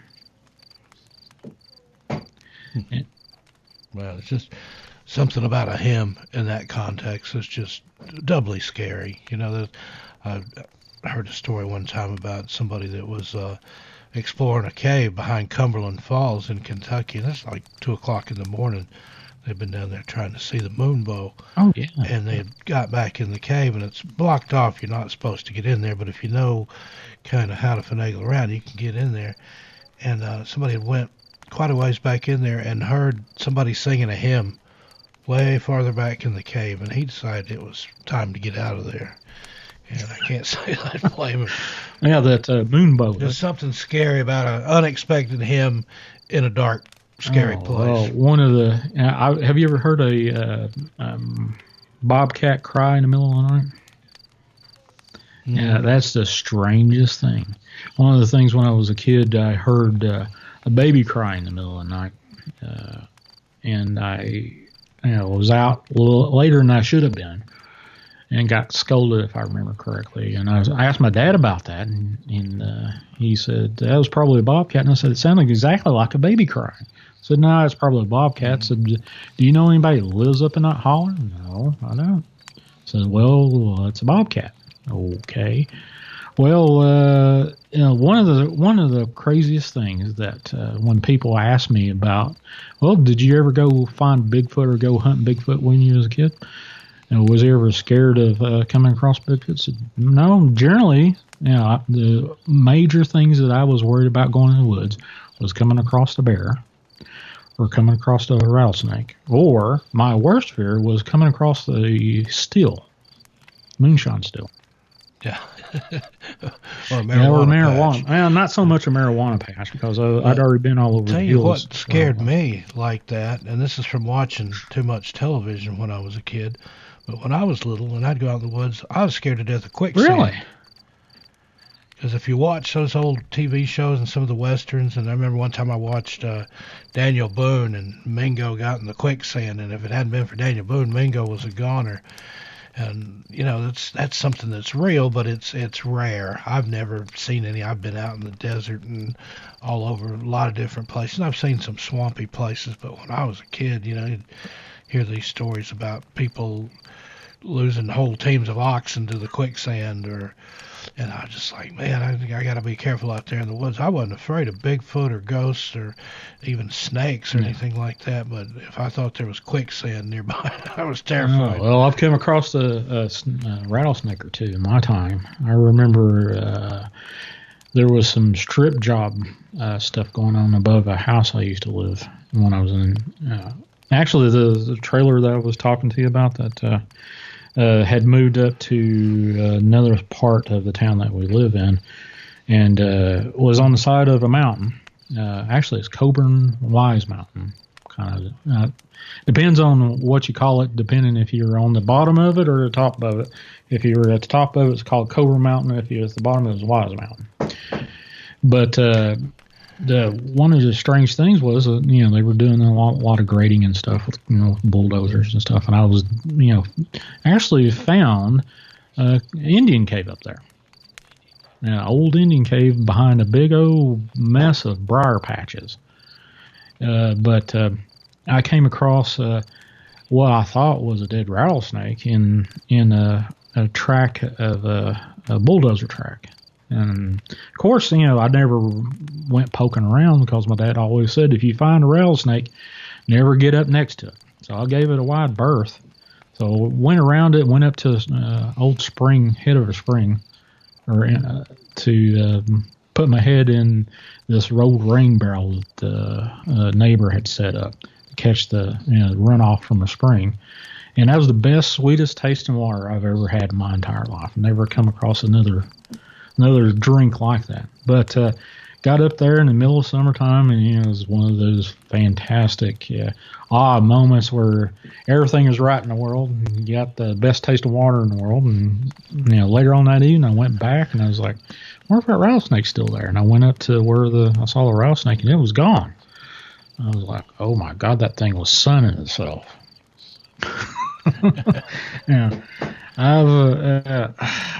I've come across a couple of rattlers in my time, but I've never got too close. Luckily, rattlesnakes like to tell you that they're there. So if you start hearing a rattle, if you're traipsing off in the woods, that's a sign where you stop and you pay attention to where that rattle will come from, and you go in the opposite direction. Yeah, that was the thing that happened to me one time. I was this over in Middle Tennessee, or Fentress County, over there close to where my dad was from. I heard it, but I never saw it. But if you ever heard one, it's unmistakable. There's not anything else in the world that I've ever heard that sounds like a rattlesnake. And I heard it. I stepped very carefully out of the area that I was in. I was out hunting for ginseng, and got out of there because I knew if I could hear it and couldn't see it, it could see me, or at least it was close enough to me, but couldn't. I mean, what's to play tricks on you? It sounded like it was over here. Now it sounds like it's over there. Might have been more than one. I don't know, but I didn't waste any time finding out. And that ended the ginseng hunt for that day and probably for the next few weeks. Well, my dad used to plant ginseng all over the forest where he used to live, and actually that brought up another little curious story. I told my dad when he was telling me about some ginseng that he was scouting, and I told my dad about a hidden military base that's here in this region where I am at, within probably about 10 miles from where I'm at, and I never knew anything about it. And I was working one evening with this nurse that was associated with the motor pool for the region, military motor pool. And I was telling him about a UFO sighting I saw on High Knob one night. And he said, "Shawn, I believe you." And the UFO that I saw was on top of this ABC tower, one of FBI towers with microwave antennas and whatnot. And there was a bunch of strobe lights that circled around it counterclockwise and shot up into the sky, into the clouds, and then a few moments later it come back down and circle around. And I told him about that, and he said, "Oh, I believe you." I said, "There's a whole lot in those mountains that you wouldn't believe." And I said, "Really?" I said, "Yeah." I said, "Do you live in Coburn, Virginia, right?" "Oh, sure, I live in Coburn." I said, "Let me tell you a place that you do not know about." I said, "Well, I've been all over these mountains." I said, "Probably not this part." And he explained to me where it was. It was off in the Jefferson National Forest, from where, not too far from where I live now. And he said, "Do you know the area?" And he explained to me where it was. And I said, "Yeah, I used to try to date a gal out through there." And I told him where the road was. And he said, "Yeah, that's it." And I said, "Yeah, I know the place pretty well." And I explained to him I tried to court a little gal out there in my teen years. And she said, "Well, if you go out there down that road that he explained," said, "there is a logging road," and he says, "marked by a couple markers." And I said, "Yeah, I remember seeing markers out through there somewhere." And he said, "Well, he got a order faxed to him to go pick up a broken down old truck, military truck, flatbed or something like that." Said he got orders to go to these GPS coordinates. And he looked up the GPS coordinates, and he said, "Well, there's nothing out there but forestry land. There's nothing out there. Why would there be a broken truck out in the middle of nowhere, in the middle of pine trees, more or less?" So he picks up and calls the headquarters and talks to the secretary of the CO. CO gets on the line and says, "Soldier, I need you to go out and go to these coordinates and pick up that truck and bring it back and fix it." He said, "Yes, sir." So he takes a sergeant along with him in a flatbed truck. Usually what they usually do is they bring an extra person with them just in case they do some quick shade tree mechanics out there and get it started and drive it back, and they drive the flatbed tow truck back. But he got out to this logging road, and they went a few miles, and the sergeant said, "Hey, do we need to turn back?" And said, "We've almost got there. There's nothing but pine trees and old logging road that hadn't been used in a while." And said, "No, we've got to go to these exact coordinates. So once we get to these exact coordinates, we can tell our CO that we had achieved the coordinates and nothing was there." Well, said they got within probably a few football fields of where the coordinates were, and there was a break line in the tree line. And said off in the distance, he said he saw a guard shack in front of a high fence with cantina wire on it, and it was guarded by 2 guards. And he said, this is where it gets weird. So he got up to the gate, handed his orders off to the guard at the guard shack. And the guard makes a phone call, comes back, hands the orders to it, said there will be an escort vehicle come to the gate. I'll open the gate then. You follow the vehicle and do not deviate from the vehicle's path or you will be arrested on the spot. So they got, he told me this, and I'm like scratching my head and saying, there ain't no way in hell that's out there. And he said he got out there, and sure enough, there was a broken down truck in the middle of this big base that he had no flipping clue that it was out there in the middle of nowhere. And I'm like, okay, buddy. And he explained to me, I found the actual spot and got one day when I was married way back when, a couple decades plus ago, and went out there and found the old logging road. Sure enough, found the break in the trees and off in the distance. He told me, he said, if you ever do go out there, don't go past the break in the trees or they'll know that you're there. I was like, all right. And sure enough, I could see the fence out there in the middle of this forest where there's this big field with a guarded fence. I'm like, shit. I did not know it was out there. And this was before Google Earth was a thing.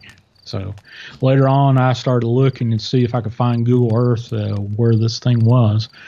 And I recently told this story to somebody. I think I was either on my show or another show. And I actually looked it up, and I couldn't find it. Could not even find the logging road or anything. So, Wow. But well, that brings me up to something. Last week, there were people in the chat. I want to say hi to everybody in the chat. TC, thank you for moderating that here. We've got a lot of people here from North Carolina, people from the UK. Saw somebody from Newfoundland in there. But last week in the chat, somebody brought up stairs out in the woods. Now, some people said it was a creepypasta, and then other people, there was somebody else that said, like, I think I'd heard a story one time where a guy was in the military and that the commanding officer told him, you know, if you see any stairs, don't go near them, don't go up them, don't go anywhere around them, just keep on going. Have you ever heard any of those stories about people finding staircases in the woods? There is one reference I can remember up in Pennsylvania that there were staircases out in the middle of the woods, but other than, you know, that anecdotal story, no. Yeah. And these aren't like, you know, an abandoned or where an old home site's been. It's like a new modern staircase. Now, just with nothing at the top of it. No, I honestly can't say that I know. It sounds kind of like a creepypasta, but who knows? You know. Oh, there's so many creepypastas out there. One, like the stories I referenced with Dogman and especially Dogman. Creepypasta lives off of Dogman. And it's so hard, you know, it's one of those things, is it creepypasta I'm listening to, or is it actually a Dogman? Now, my girlfriend... We talked about that. Oh, I'm sorry, go ahead. My girlfriend, Miss T, that's out in the chat room there, she told me one of the several Dogman stories that I absolutely believe, and that she encountered Dogman one Halloween night up in Canada. And she was driving home with a girlfriend of hers. And, of course, the first thing that pops out of my mind, what were you drinking? And she's like, I wasn't drinking, and neither was my girlfriend. And they were coming home one night after a Halloween party. And driving down this long road, and, of course, that part of Canada is all flat. It was like Indiana, Illinois kind of flat land, so to speak. And they got up on what they refer to as a hydro pole, as an electric pole. And she got what she refers to as a kick in her gut as they were driving. And she's like, you know, the car got quiet, you know, how two ladies will gab and telling stories back and forth. And the car got quiet, and both of them got this kind of ominous feeling about them. And they see this, I think she referred to it as, it was kind of hunched over, sitting with its back up against this hydro pole. And it was at the shoulder 8 feet off the ground. The shoulder was, it was sitting on the ground with 8 feet at the shoulder. And they drove past it, and she looks back in the rearview mirror, and there's these red glowing eyes. She said it was had greasy, wet, brown, dark, black fur. But the story keeps on going, and they got back home, and her mother was I actually had them both on my show, and had 3 different people tell me the same damn story about this story. And her mother has told the story on my show, and her brother's told the story on my show, and she's told the story on my show about this same thing. Once they got back to her house, and she, screeches in and tells the story, and her brother gets really excited. One of the most viewed YouTube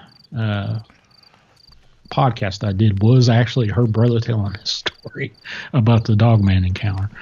But gets in, and of course her brother gets excited and grabs some stuff to throw some lead downrange kind of deal.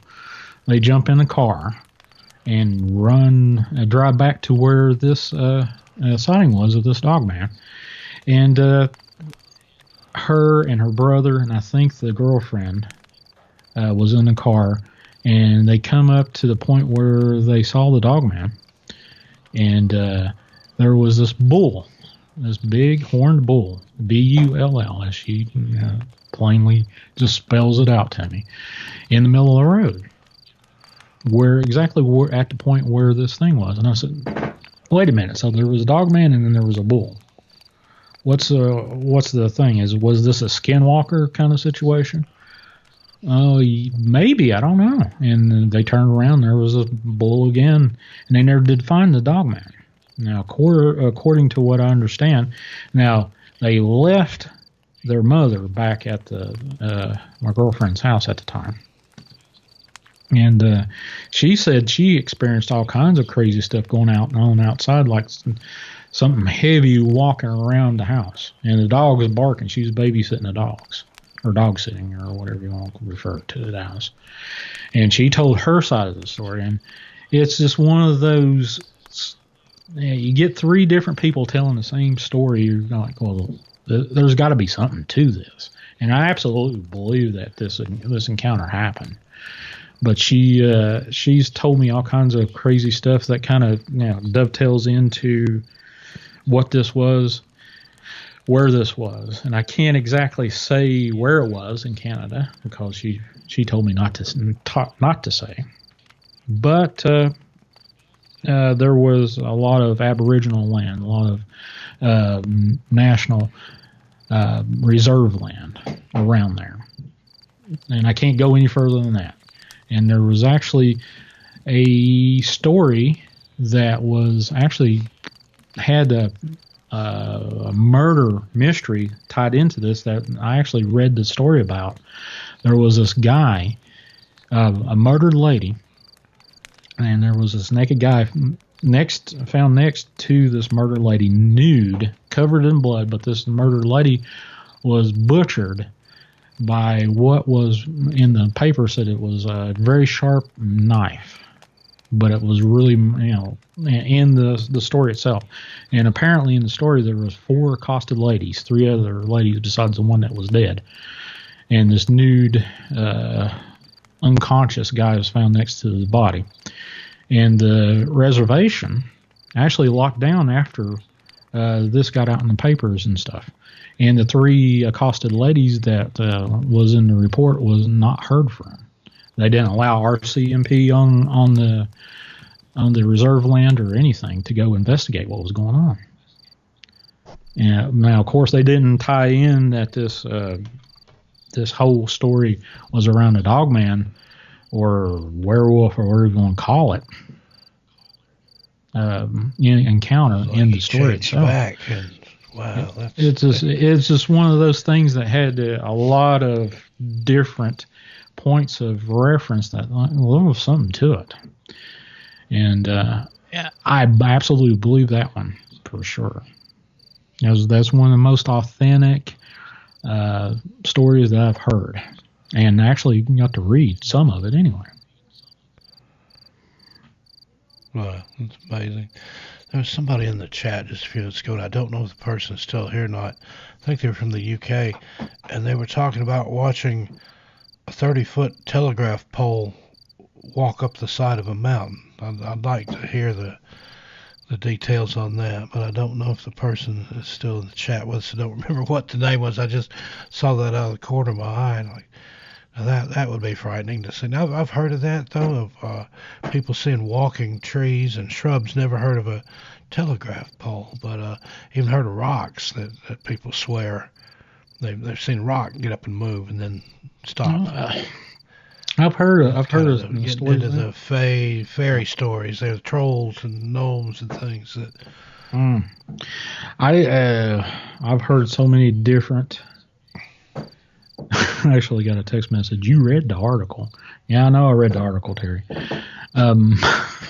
She's listening.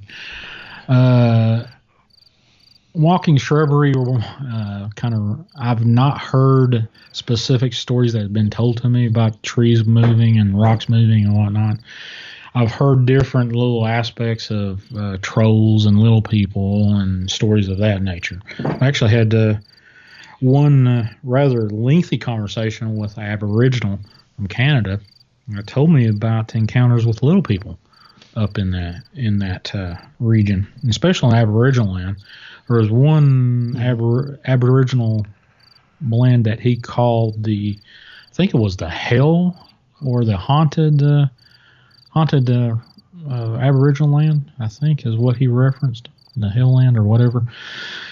But he said that there was this custom that the little kids on this reservation would have this special beaded kind of ponytail that was, they would find on these little kids. And it was a mark of these little people that said this was a mark that they claimed that this kid was theirs, or this child.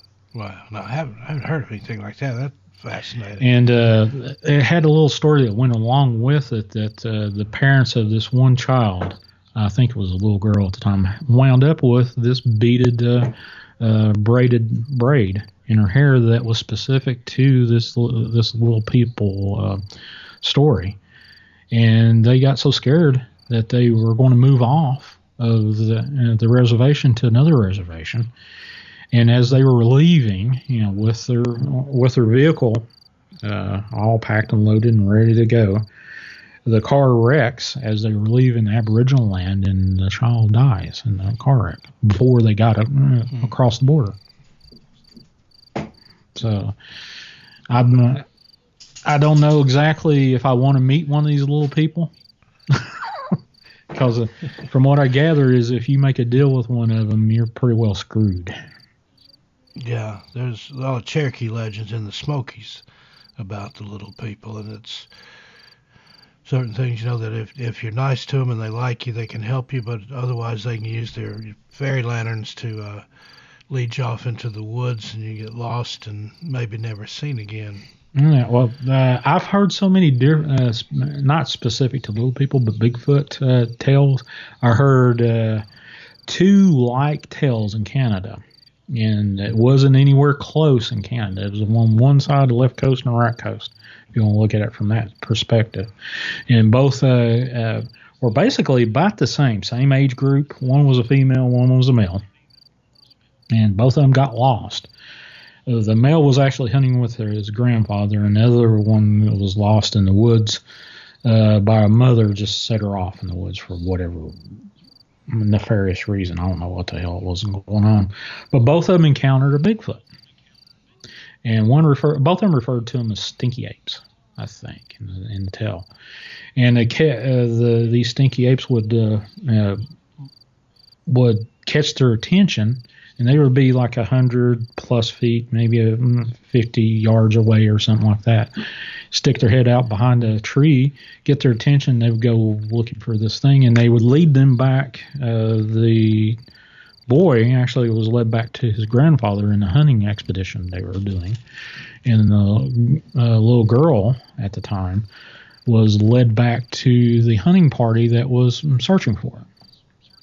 And basically, if you weed out the differences between a little girl and a little boy and what they were doing to get themselves in the middle of the woods found by Bigfoot, it was basically about the same story, same kind story, same good story that these nurturing Bigfoot led them back to safety. Crazy, eh? Yeah. And I heard one story about the lanterns like that. And this actually happened to my dad's brother. He was out, I think he was coon hunting or possum hunting or something one night. And he had an old carbide light to use the calcium carbide in the chunks. Put a little well and put water in there, and it gives off a flammable gas. And he'd ran out of carbide in his miner's lantern there, a little light that he wore on a cap. And trying to find his way out of the woods, and he saw another light, and he thought it was another hunter, somebody hunting raccoons or possum or whatever he was hunting. So he started following this light, and he could see it, and said it wasn't too far away. And then he got to a point where he just all of a sudden fell off about a 10 or 12 foot bluff embankment there. But he had just watched the lantern go right across the area.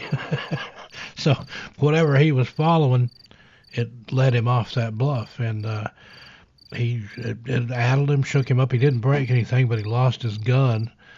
And had to go back the next day and look for it. Found I think it was a shotgun, found it stuck in the dirt, barrel first. It was jammed down in the ground.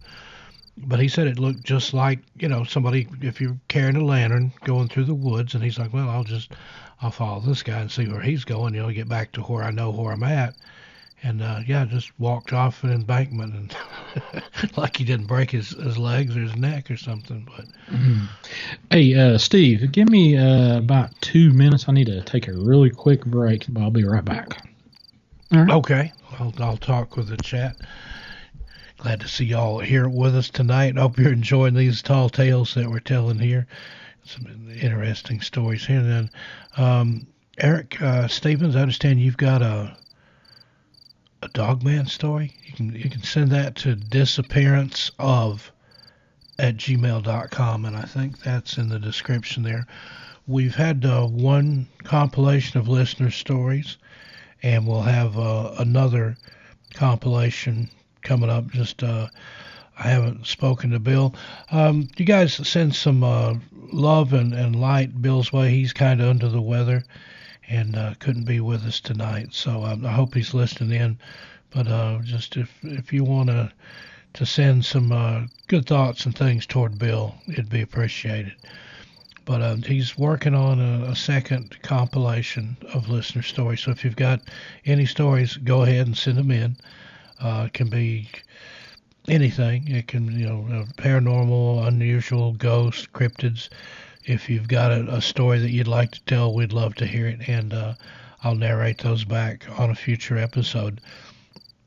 And I'm thinking possibly at some point doing some campfire streams like this where have the ability for people in the audience to call in and tell a story. But that's not set up yet. We got to do some things on the back end to get that taken care of. The way my setup is here, I can get 2, maybe 3 people on here, and then it just kind of gets chaotic after that.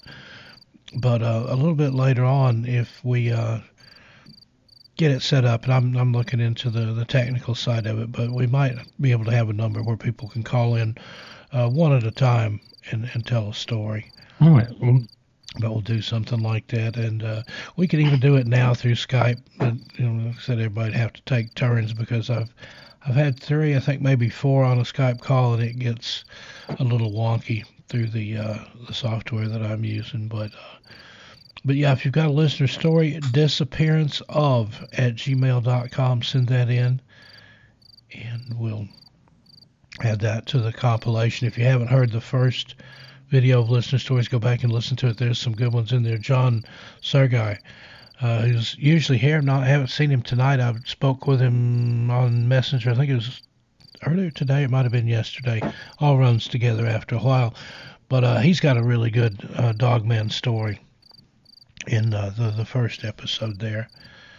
And actually, he sent me some pictures, some strange prints that he had found, and it's bigger than a wolf or anything like that. It looks like a dog if the dog's paw was about the size of a dinner plate. So you draw your own conclusions there. But anyway, I think Shawn's back now. No, sorry about that. Just need to take a quick Welcome break. back, Shawn. That's okay. What I think I might do, I need to take a little pit stop here too. If you want to tell a story, give me a couple minutes. I'll be right back. Well, let's see.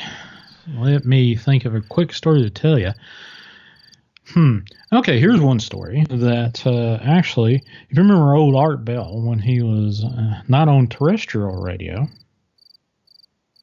when he was on, I forgot, whatever that satellite radio was, I sent in a story when he was doing Spooky Tales for the Halloween night edition, and he wanted the best of the best. So I said, well, I'll send him in a hospital scary story that I encountered one evening. So it had to do with shadow people. I don't know if you guys ever heard of shadow. Well, of course you have. You've heard of shadow people. Well, I've encountered so many shadow people in my life, especially working in hospital arenas.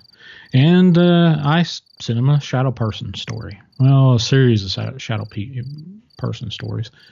One evening, I was getting off the elevators, probably between 1 and 3 a.m., something like that. Had my little clipboard and was doing auction rounds one night. And what auction rounds were, would stick my head in every room on the floor and look and see, well, is their auction set up? Is, kind of doing reconciling, saying, well, this patient's on auction. Are they on the correct settings? Do we have the right settings documented in our charting? And yada, yada, yada. But as I was going down this hallway, and I just had finished one hallway, and it was set up in a T fashion, the floor was, got to the end of the hallway, and at the nursing desk was on my right, and I was about ready to turn left to go down the hallway, and this dark mass just blows by me like he was running. But the only weird thing about it was, it made no sound whatsoever. Didn't feel any air off of it or anything. I just saw this big black mass just run right past me. And I looked back and split second. Didn't see it. And I looked, there was a nourishment room across the hall there, adjacent from where I was standing. And there was an open room that was empty. And I scratched my head and I was like, okay, I don't know what the hell that was. So I politely started walking down the other side of the hallway to finish up continue my auction rounds. And this lady sticks her head out of the room, screaming, help me, help me, help me. My husband's fall down. And of course, we did a code on a particular patient, which kind of leads into the other story, which when I saw these shadow people, and it's always around death, which is crazy enough. Same floor, was sitting in a room where they did monitoring for the telemetry. Telemetry was watching people's heart tracings on remote viewing stations. And I was talking to the monitor lady, during a break, and one of the patients in the monitor station, their leads fell off, apparently. Their leads fell off, and she said, well, I need to go do this. I said, no, I'm finished with my break. I'll go check on the patient. And found the room number, and as soon as I opened up the door from the monitor station office, this black mass runs past me. Blows right by me, just like the other one did I just reminisced about. And I kind of looked around, couldn't see it, and I said, well, I'll go find this patient and put the leads back on the telemetry. And I looked in the room and didn't see anybody. I said, well, maybe they just went out to smoke or something, and the lead fell off, or they went outside the antenna range of the actual telemetry. And I just so happened to see a foot stuck between the footboard and the bed itself, and there was a guy there that had fallen from a heart attack. It wasn't that the telemetry fell off of him. He just died right there. And another one for shadow people, another shadow person story, was I was working ICU at this one hospital, and I was drawing a blood gas, was a respiratory therapist, on a ventilator patient. And it was arterial blood gas. I don't know if you've ever seen arterial blood gas or whatever, but what it is it's like a IV kind of deal for, instead of sticking it in a vein, they stuck it in a actual artery in the wrist, in a radial artery. And it was there to help facilitate multiple sticks for a patient without having to jab the patient over and over again for these blood gases to check if we're ventilating the patient well enough or not. So there's a whole lot into doing drawing a blood sample from one of these art lines. So I'm not going to get into it. It's real technical, but you have to pay attention to it. And it was late in the morning at the end of the shift, and everybody in the ICU was getting ready for a shift change and getting their last vitals and data that they needed to hand off to report to. And I was drawing the last blood gas on this vent patient. I just had gotten to the point where my entire attention was on this patient's wrist. And I saw out of the corner of my eye this black, I thought was a nurse, black shadow walk past me. And it was across the bed from me, literally like 2 feet. And I thought, well, this is, I thought it was actually a nurse. And my attention got to the point where I looked up and I saw this black mass in front of me. And at the point where, if you would visualize the waist of a patient or somebody standing in front of you, I got a like mid-rift. And it looked like something either grabbed a hold of this black shadow or a trap door opened up. It looked like it just either fell through a hole in the floor or something grabbed a hold of it and pulled it up underneath the bed. Now, that patient passed away a couple days after that. But I just so happened to look at this black shadow thing in front of me in this ICU room across from that was comatose on the ventilator. Looked around, and the only person within eyesight or field of vision was a little short lady. If you knew her, she was one of these older nurses that didn't take shit from anybody. She told you what she thought and could cuss a sailor silly. So walked out and talked to this nurse and said, "Did you see anything in there?" And of course she said, "What the hell are you talking about, Shawn? There wasn't nobody in there." And I said, "No." I kind of shrugged it off and I said, "Well, I thought another nurse was in there." "No, she's in the." Oh, okay. And I kind of bowed out of the conversation and went and done my deal for the day. And TC says, "Shawn, do you feel anything evil? Some people sense evil, some people don't. From shadow people or shadow things?" Curious enough, no, not really. I've seen shadow people in this house I live in, this old century-old house. Interesting thing that I can tell you about, after I had my near-death experience with my amputation of my left leg, I was in a coma for about 9 or 10 days on life support. after that, I had no fear of paranormal, but I did see a shadow thing in the bedroom where I'm at currently. And I woke up. It was probably right at dawn. And I seen this shadow thing. It's probably about 5 feet tall, standing in the corner. And of course, I'm like, after doing my near-death experience and all the stuff that I went through with the near-death experience, I looked at the thing. I raised up in the bed, said, I'm going to find out if I can stick a broomstick up your ass. And the thing took off and moved out of the bedroom quick. So, have I seen more shadow people than that? Oh yeah, seen shadow people all over the place. Multiple places, multiple hospitals, multiple houses. Seen.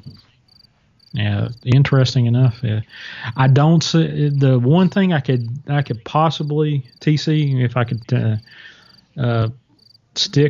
associate with seeing a shadow person was around death. Usually somebody died with this when I see things like that. And 99% of the time, except for that one occasion where I actually threatened the thing, I haven't seen a shadow person in my bedroom since then. But that's one thing I can associate with. It was around death. Now, whether that, that being said, that's all I can tell you about shadow people. In particular, I could associate any kind of feeling or whatever that I can put with me seeing a shadow person was around somebody dying. But, yeah. Now, one of the other things that I just mentioned I had a near-death experience myself. That was rather lengthy. I actually did have come across a couple of patients. One of them, it was when I first started in healthcare, way back when, 1997 or 8, 98 maybe, something like that. Just had started in respiratory care and never, I thought I was young and very brilliant, and now I know I was young and dumb, but I had the handoff report, and I was working night shift, and I got the evening shift report, and there was a code called in ICU, so I ran off and to the code, and bada boom, bada bing, there's this lady that's flatlined in the ICU room. Never seen her before in my entire life, and we coded her, and for whatever reason, we didn't intubate, meaning we stuck her on life support, whatever. And to my knowledge, that lady was not awake. When I first saw her, she was dead. She was flatline dead. But we revived her, and that entire shift, she did not wake up, was not awake, to my knowledge. The next day I went in, and usually on these particular patients that had some sort of heart abnormality, heart stoppage, or a heart attack or whatever, we do what's called serial EKGs, meaning that every so often we do the EKG to see if their heart is healing from the heart attack or heart event, or if it's actually getting worse. So I go in the next day with this lady that I coded the night before and started explaining to her what I was going to do with her, how I was going to do this EKG heart tracing with her, and what I needed to do with her. And this little lady that I've never known before other than the night before says, "You were here last night." I said, "Yeah, I was here with you." Or here last night. And the lady said, "No, you was here with me while I was had my heart problem." I said, "Yeah, I was here." And I was kind of getting, this was one of these first exposures where I had definitive proof there was something going on other than my 9-to-5 job, so to speak. Something paranormal going on. And this lady explains to me exactly what I was doing with her, along with a very exceptional, very remarkable tale of what everybody else was doing while this lady was dead, flatlined. told me exactly what I was doing with the ambu bag and what I was doing with her and how I was helping her breathe. And then she paused and said, this lady was doing this lady was taking notes, and pointed out everybody in ICU room or ICU unit, except for one lady, which oddly enough had a nightingale hat on the night before. I don't know if you know what a nightingale hat. The nurses used to, and I think the trend's actually worn off and they don't do it anymore. But used to, the older nurses usually wore a nightingale hat, a nurse's hat. And she said the little lady that had the nurse's hat on is not here this morning or today, but she was there with us last night. And I was like, oh crap, what the heck? Now the story doesn't stop there. The lady after, I think I had a couple of days off, so I didn't followed up and said, what happened to that little lady in the ICU that I coded the other day? And well, apparently she passed away a few days later while I was off. But during that time I was off, she had told everybody that she had met Jesus, and that Jesus was coming back to see her and get her again. But she would accept and talk to the people that she wanted to talk to and tell her piece, share her piece with her, with each individual person. And after she had said her piece to them, she wouldn't allow them to come see her again. And after everybody she wanted to talk to, she talked to, and she'd always say, he's coming back to get me soon. And then after the last person that she would allow back to see her was seen by her, a few hours later she passed away. So that was my first experience with somebody that had a near-death experience. Now, my near-death experience happened about 4.5 years ago. November 17th. November 17th of 2015 was when mine happened. And that was a day in infamy, so to speak. But I don't know. The other near-death experience I'm aware of was this gentleman had been coded out in a field and was coming hot in the ICU, not ICU, into the emergency room. And everybody was getting ready for this particular patient that was, a younger patient gentleman, probably in his early 50s, and been down for some time, and they were, doing active CPR and intubated, and everybody's getting ready for the intubation and receive the patient and do the CPR in the ER. And we coded the patient, and the next thing we know, that this particular patient wound up being, the code was called, and he was pronounced dead.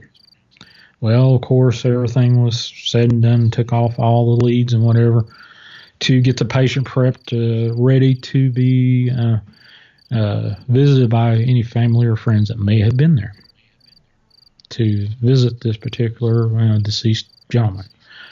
Walked out, did the charting. The curtain was closed. Curtain was closed, doing the charting, and then all of a sudden you hear this male voice screaming, help me, I'm burning up, help me, I'm burning up. And by the third time or fourth time that this particular sequence of yelling happened, the same thing, help me, I'm burning up. Open up the curtain. There is this person that had been pronounced dead, looking at me, along with a nurse beside me, with the most extreme horror. I've not seen, if anybody could copy and paste that into a horror film, it would literally scare the shit out of anybody. But I've never seen that before.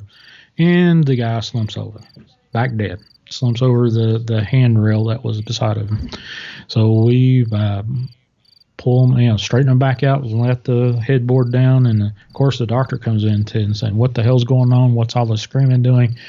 And we said, no, this guy right here, this is the guy that was doing the screaming. So we brought him back, honestly brought him back. And then the next day, he was, at that point, I just had ER duty, so I never really got out of the ER. And the next day I had ICU duty, and found the guy and did the same thing with the EKG thing. Walk in, and there's this guy, which he didn't tell me much of anything other than he just looked at me with like, you've ever walked into a room and somebody recognizes you, gives you that look, and yeah. Well, according to the story, was that the flames of hell was licking up his legs. And while he was screaming, he's burning up. Now, if that doesn't set you straight or give you pause to wonder what lies beyond when we finally close our eyes, I don't know. Honestly, I don't know. True come to Jesus moment right there. Yeah, I just can't understand. I've come across a lot of people that, there's one or three versions of people. They come in and start working in the healthcare field, and they know there's a paranormal stuff that happens, and there's the other side, and then they don't have to have any proof. Then there's the people that are on the fence, and then they get the proof, and then they start believing. And then there's people that can, get slapped silly with a paranormal event like this one, and vow and declare that what they saw was just a figment of their imagination. And it's just strange. I wouldn't want to take a chance. And I've heard a similar story about a man who was one of those that they'd resuscitated, and he kept saying, pull me up. And they thought he was wanting to sit up in the bed. And then finally, about the third or fourth time he asked him to pull him up, he said, my feet are on fire, my feet are burning. And that was the story that he'd told, that when he had died, the flames of hell were tickling the bottom of his feet. No, very similar, but frightening. And I've been back several minutes, but you were doing so good there, I just sat and listened to it. There's some great stories, Shawn, and the chat's loving it here. Well, I hope everybody's enjoying the stories. But I sit back and think, my girlfriend, one of the things that we did when we first really got together, she said, okay, tell me another story. And I don't know how many stories I recounted for her. And then she's got to the point where when she does ask me, I start telling her stories. And I say, no, not that story. Tell me this story. Have to give him a number. Give him a number. Tell me number 23 again, Shawn. Yeah, so that's one of the crazy things I can do. I love telling stories, and that's one of the things that really got Dark Waters on me on his radar. I called in one night listening to his live streams, and I told him the hell NDE story that I just told. And he'd contact me a couple times, say, hey, we need to do a radio or a podcast or whatever. And then I finally just gave in and said, yeah, all right, I ain't doing anything. I'm retired. Let's go for it. And that's why I'm here. The rest is history. But you're an awesome storyteller. You're a stellar teller, as Cisco likes to say. True raconteur. And I think I've mentioned this to you before, but have you ever been up to historic Jonesboro, Tennessee? They make you say the historic part. Oh, yeah. Where they have the National Storytelling Festival. Oh, yeah, that's this little old town. You get into this little old town, Jonesboro, and it's so quaint, and it has this old architecture, old buildings, and you go in, and there's this little sweet shop that you can find all these penny candies in. It's awesome. Freaking awesome, man. To get in there and you see all these sugar daddies and these little penny candies all over the place that you ain't seen since you were knee high to a grasshopper, as my grandfather used to say. But it's a fantastic. This little, I forgot how many thousands of people that live in that particular town, swells up to almost 100,000 people. It's almost like Bell Buckle, Tennessee. I don't know if you've ever heard of Bell Buckle, have you? Yeah, I have. They got a moon pie festival that does the same exact thing instead of having a storytelling festival over in Jonesboro. Yeah, I've been to Bell Buckle. That is a fantastic little spot. I like it. If you ever do make it there, I've never been there during Moon Pie Festival, but I've been there. Yeah, I haven't hit the festival, but I've been through there. But yeah, that Moon Pie Festival. But do they drink RC Cola with it? That would be my next question. I think so, but you can find every flavor. There's a little bitty shops there. Every one of them, no matter what they sell, they're selling moon pies. Every flavor, every color of the rainbow's in there.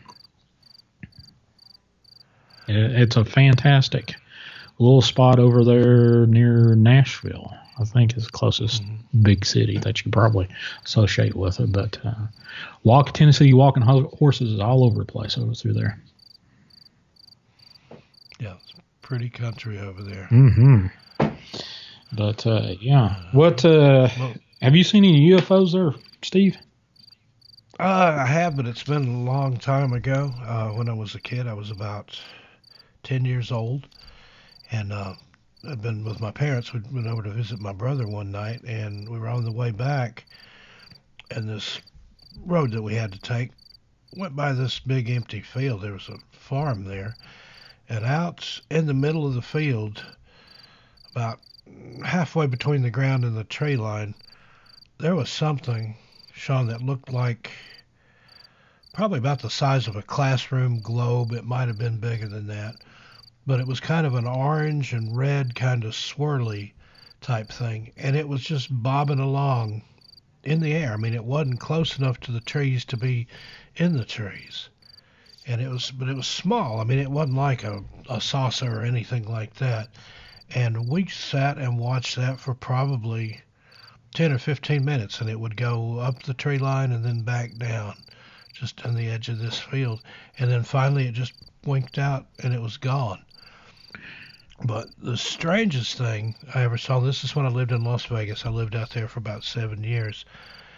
And again, I don't know if it was one of ours or one of theirs or from another planet, but one night I was working in the casino at the time. I was managing the photo lab at Treasure Island, and we didn't shut down until after the final Cirque du Soleil show was over. We had the company I worked for had the souvenir photo concession in all the casinos out there. And so a lot of times by the time the show was over and the photographers had sold their pictures to the people and I got everything shut down and cleaned up and the money deposited and stuff, it was usually between 1 or 2 in the morning when I was ready to go home. Well, that night, one of my photographers had asked me to give her a ride home. She lived off the south end of the strip, like toward Henderson. And as we were going down that way, she saw it first. She said, "Do you see that? Pull over, pull over." Mm-hmm. And I pulled over, and up above us, there was a triangular craft. It's the only way I know how to describe it. It didn't have any lights or anything on it, but it was jet black. I mean, you could see, once you noticed it was there and looked up around it, you could see the sky around it. But you couldn't see through this because it was just like a matte black. And I'd say it was probably about the length of a football field and about as wide, but triangle shaped. And it was just kind of slowly moving along. I'm not more than a couple of miles an hour. And I pulled over and we got out and stared at it. And at that time of night down on that part of the strip, there's not a lot of traffic anyway, and nobody else happened by. But it got to a point where it was over a power station there. There's a power substation. And it hovered there for probably, it seemed like a long time. It was probably just 2 or 3 minutes, might have even been 5, because we were just gobsmacked watching this thing. And then all of a sudden, it just, it shot straight up. Mm-hmm. Like the nose of it went up and it was gone. I mean, just no, there wasn't any noise, there wasn't any light or anything. I have no idea what that was. Like I said, you're close to Area 51 and Groom Lake and the testing facility out there. I don't know if it was some of our technology or some other country's technology or some technology from another planet, but whatever it was, it was like on Star Trek or something when you see them hit warp speed. It was just there and then gone out of sight. Oh, wow. So that's my most incredible UFO experience. But again, on the location, it's probably something of ours that nobody's supposed to know about. Oh, really? Well, I believe there's some stuff in the sky that has not been fully explained, or if it can be explained, is the reason has been purposely hidden from us. So, TC wanted me to tell one of my NDE stories. Which that's fine. I can tell you what happened. Let's see.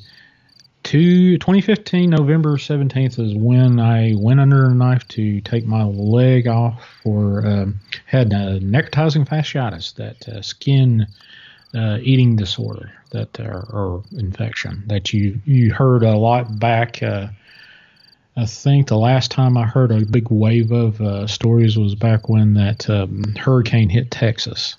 And, kind of teetered off the coast of Texas, and countless flooding stories, and then a lot of the waters and stuff that they were wading through had the necrotizing fasciitis stuff in it. Well, I picked up that bug from a car accident. My left leg got jammed up underneath the dashboard of a car I was driving, and the accident was all my fault.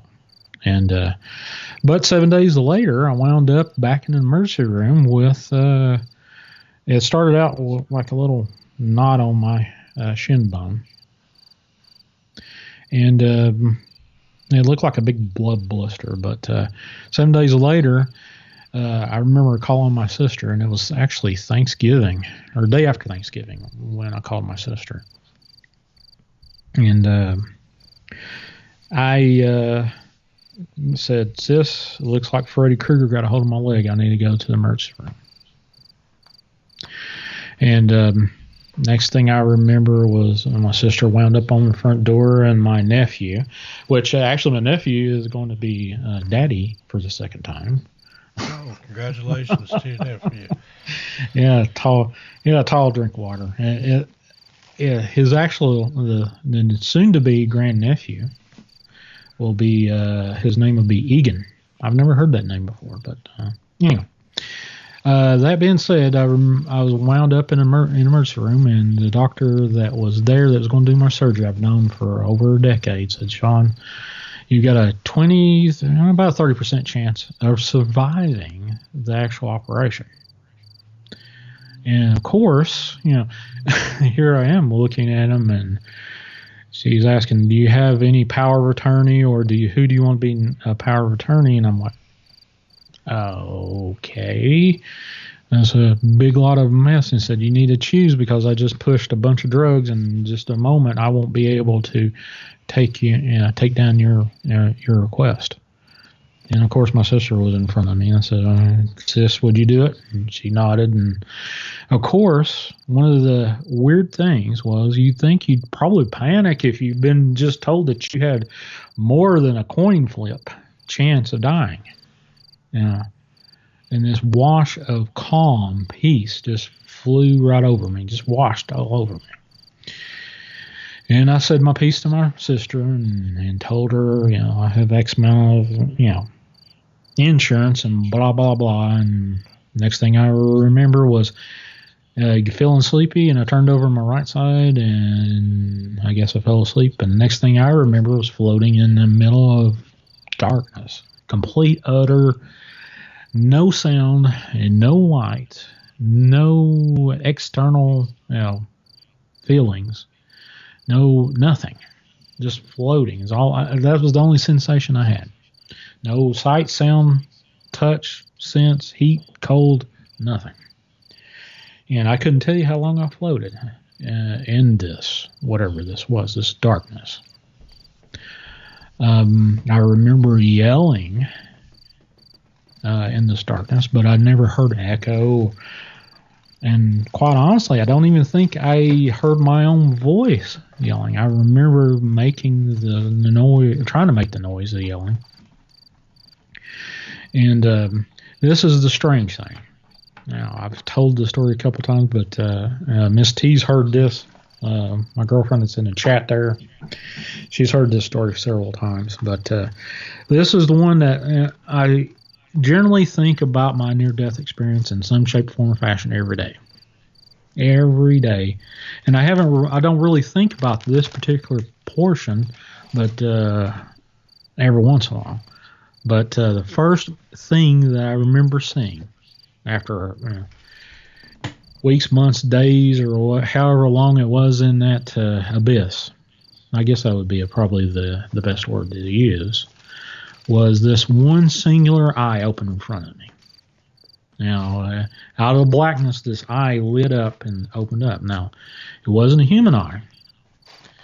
It was actually a lizard eye. Instead of having the usual oval pupil, this had a vertical slit for a pupil, and it opened up and then slowly closed.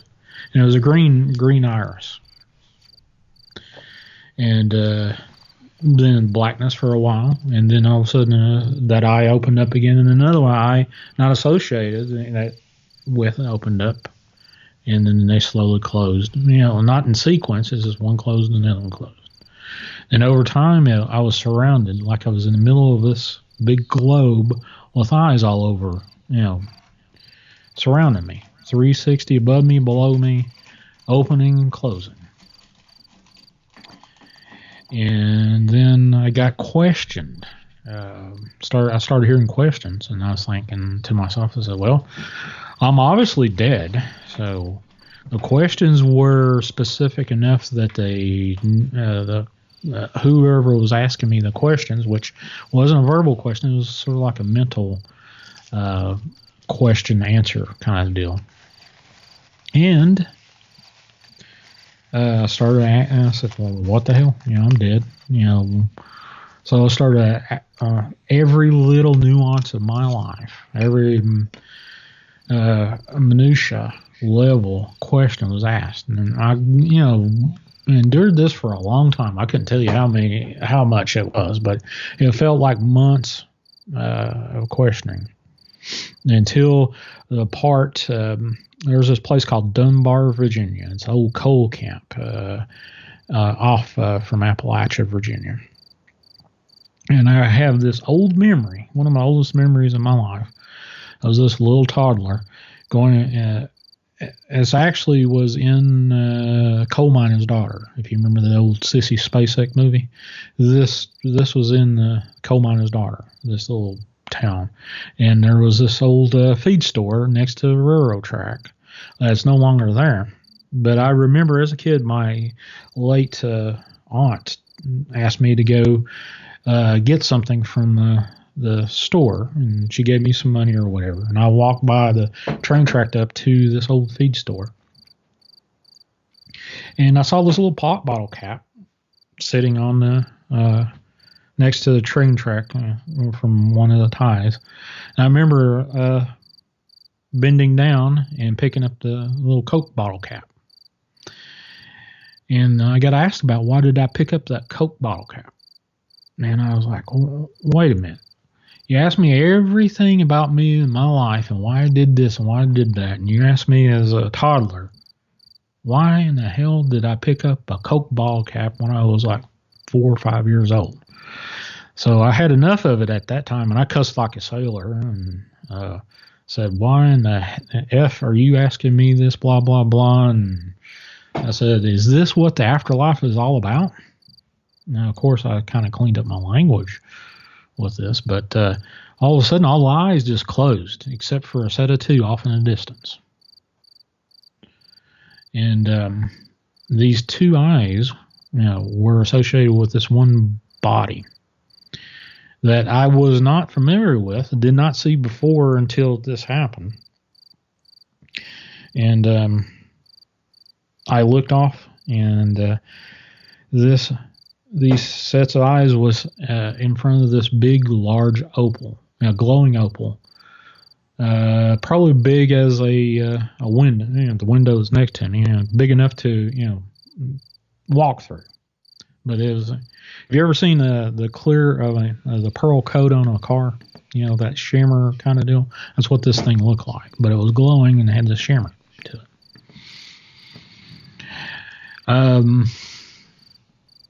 So I can't say I walked up to it. I kind of floated up to it, and I said, "What the hell are you looking at?"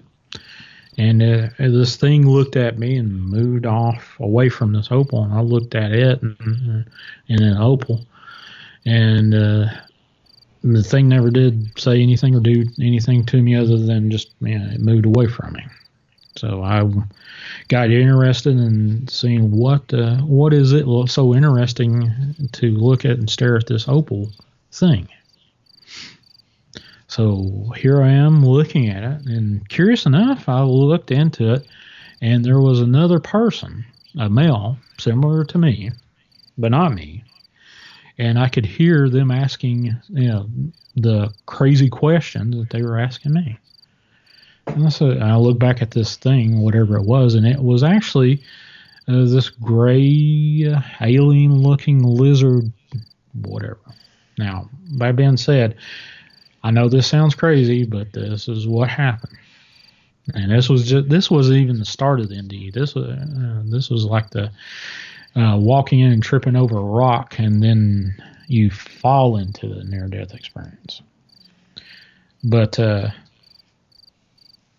I reached out and touched this opal to see what it was like, and I can kind of put together explain to what it felt like is like sticking your hand in a bucket of paint, and it felt warm, but that was about it.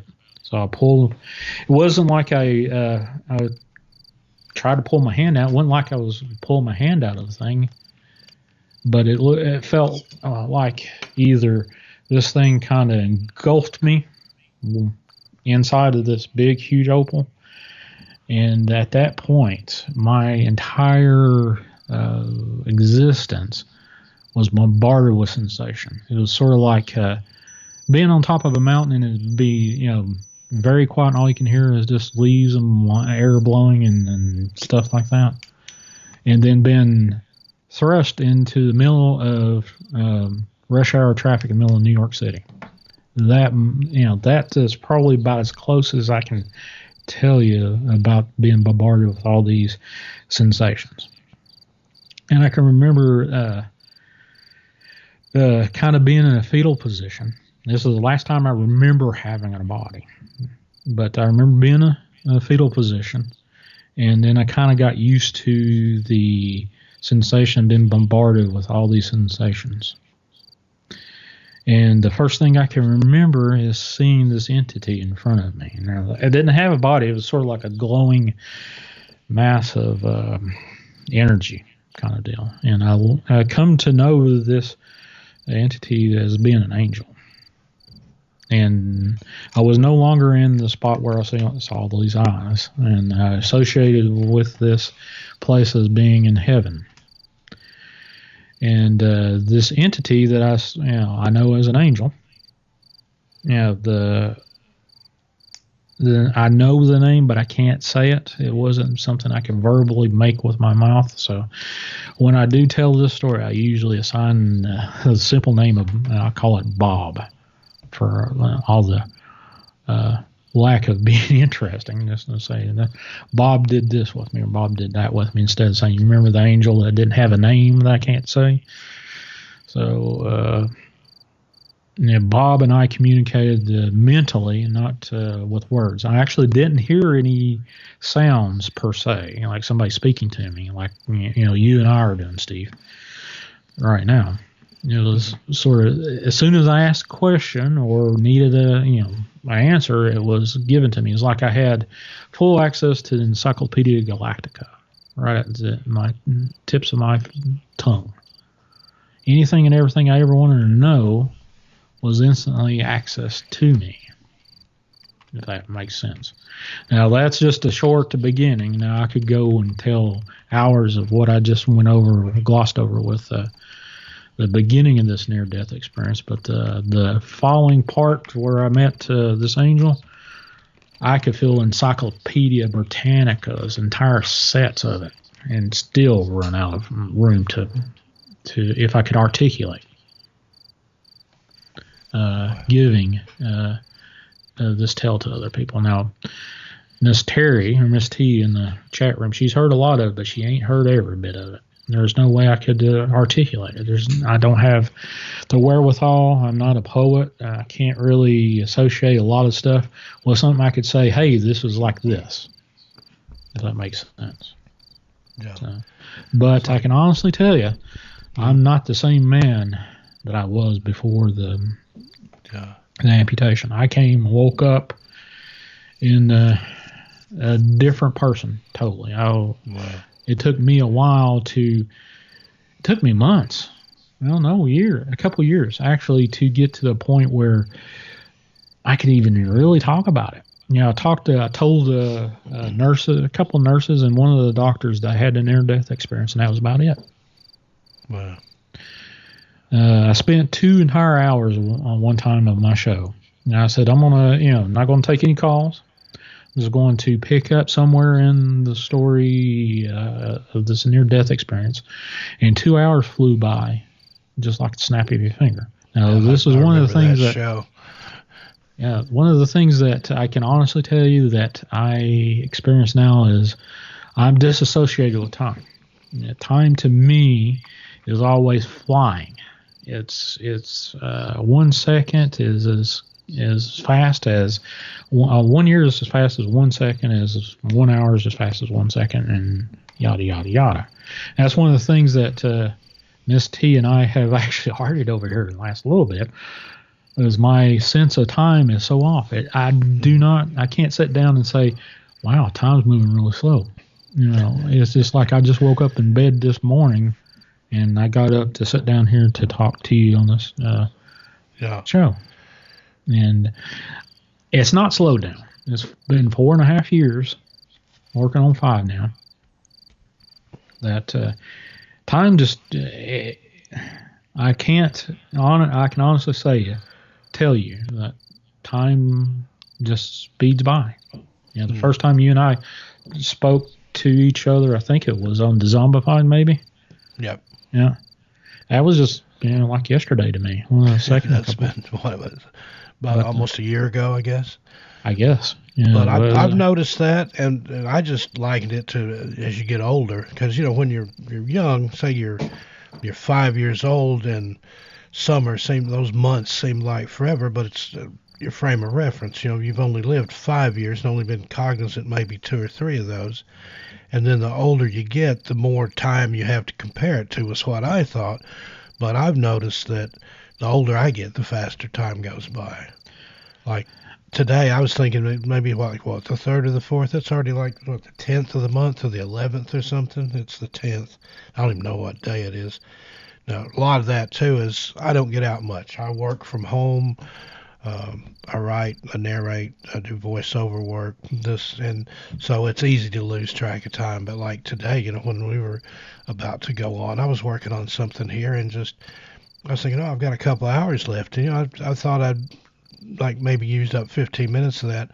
I looked, and it's almost time for us to go on. And I'm just like, wow, what happened there?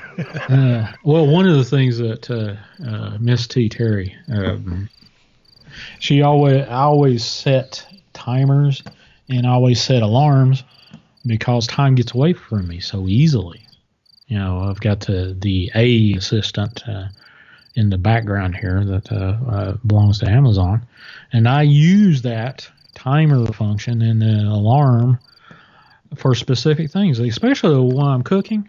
If I'm cooking something, I'll set an alarm or a timer just because I don't want to burn the stuff I'm making. Same. I have to use one when I'm cooking, or the bread will burn up. But I said, before the near-death experience, time was just it would change. It would fly sometimes, and it would be so freaking slow. Now I just turned 50 a few months ago, but I honestly, since the near-death experience, I have not had any slow moments. Wow. None. It was, time to me at certain points, I can look back and it was like one big blur. And I can remember on several occasions praying, saying, please let me be able to pay attention to this moment so I can get this thing done. or whatever I was working on at the moment. But it does. It absolutely flies. I was thinking about that the other day. My parents passed away in 2003, and yet it seems like maybe a year or two ago. And it'll be 17 years this fall. That's just, how's that even possible? My daughter, I have an adult daughter, she'll be 30 this year. I'm like, wait, what? I'm not much older than that myself. But it has a way of absolutely getting away from you. And where'd all them years go, man? Yeah. I couldn't wait till I was 18, and then couldn't, rest until I was 21, and then boom, I blinked and I was 30, and then I blinked again and I was 40, and then the third blink and now 50, and then what's coming up after that in a few years. So it's like, yeah, wow. Well, the thing with my near-death experience, I was in a coma for maybe 9 or 10 days. I'll have to ask my sister specifically. She told me, and I've never really went back and said, hey, how long was I actually under? But less than 2 weeks, I was in a coma. And when I woke up, the first thing came out of my mouth said, where am I and how long have I been under? And I just had woke up from the near-death experience. And I remember when it ended, crazy enough, I was arguing with God to come back. Now, God wanted me to stay. And that's one of the weird things that was one of the things that really got me to start researching paranormal, was trying to find somebody that had a near-death experience similar to mine. I have yet to come across anybody. I've talked to 13 people so far that had claimed near-death experience. And now there was a couple that I'm kind of wondering, okay. But there's several that I absolutely believe that they haven't and had it. Yeah. But I've never heard one quite like yours. Now, I've heard one where people would beg to stay, and they were told, no, you've got to go back. But you're the first one I've heard of that, like, no, I can't stay, I've got to go back. Yeah, well, I argued with God. There was 8 specific people I argued over. And some I've met, and some I've done exactly what I've argued for. Some I haven't met yet. Now, and this is probably strange, but out of all that, the burning question for me, did you ever discover the significance of the bottle cap? Oh, and the Coke thing, I can remember picking it up and going, it spurred a memory when I picked it up. The feed store I was talking about, that was asked to go visit by my late aunt, had one of those old timey mechanical Coke machines, the one that you could literally get your arm or your hand ripped off. Mm-hmm. Those type of we had to reach in and pull the Coke out, and you had to give it a good yanker and kind of go back in and take your hand with it. Yep, one of those, and that store had one of those, and I remember picking that up and saying, "Oh yeah, I like to have a Coke." Now the significance of it, other than beyond that was it. Yeah, I didn't know if it was a thing like you picked it up and moved it to another spot, and maybe another kid got it and swallowed it and choked to death. If there was, if that you picking it up had some like a butterfly effect, where it changed something down along the line for other people, or if it was just something that sprang to mind. But that something that infinitesimal, that small, like you said, it was just a minutiae of everything in your life. But for that one to stand out, you'd think it had some greater significance or another deeper meaning to it. Yeah, and one thing I've left out of telling the story about the near-death experience, I have moments where something will trigger a memory of the near-death experience that I didn't remember prior, and you just triggered something, and it's going to take me a minute or longer to absorb it. Okay, sorry if I did. Oh, no, that's all right. It happens. It hasn't happened in quite a bit, but I remember talking to one near-death experiencer about having her on the show, and she was telling me about how hers started. She was in the middle of a bunch of horses, taking care of them or whatever, and they got spooked and she got trampled on, and she remembers floating over top of her body during her near-death experience. And for whatever reason, it's triggered a memory in mine, near-death experience, and I started crying. I got hit with this myriad of emotions, from being elated, being belittled, being hurt, the whole gambit of every emotion you could possibly get. And the memory was why am I not scared to death? And I remember the memory triggered my being exposed to God and asking God, why me? Why did you allow me to be in front of you after everything that I've ever done? And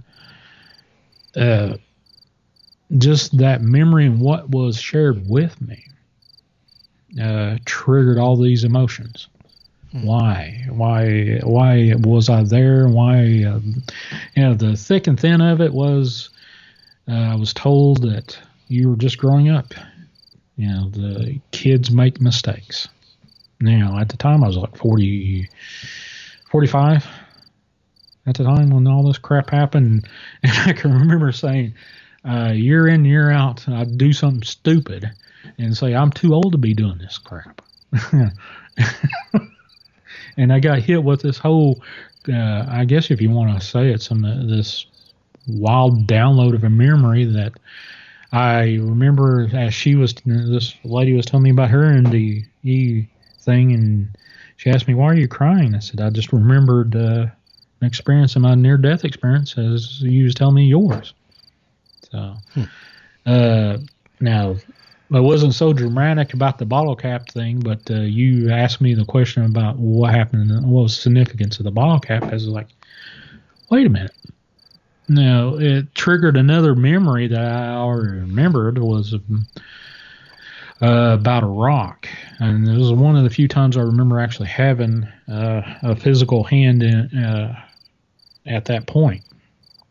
And Bob was telling me that the angel was asking me something. And Bob was showing me around, showed me one where I was buried at that time. This is where it gets kind of diluted with so much information. I can't tell you what came first or what started, or if it all happened at one time, and I just experienced it all at once. I don't know. That's maybe where I have problems with my time experiencing. But I remember reaching down, was on a beach, and one thing that I remember quite often is the angel told me that all you have to do is realize you're there, and you're there. And I wound up on a beach, and the angel asked me to pick up a rock. And I remember having a hand. I said, oh, I got a hand. And I reached in and picked up a rock, and the angel asked me, well, where's that rock been? And as soon as I thought about it, I could tell where every atom, every single molecule of that rock has been through the course of time up to that point. That's amazing. And then, for whatever reason, after, with the association, with the expression of me telling the angel what I was thought transference, and said, well, turn the rock over.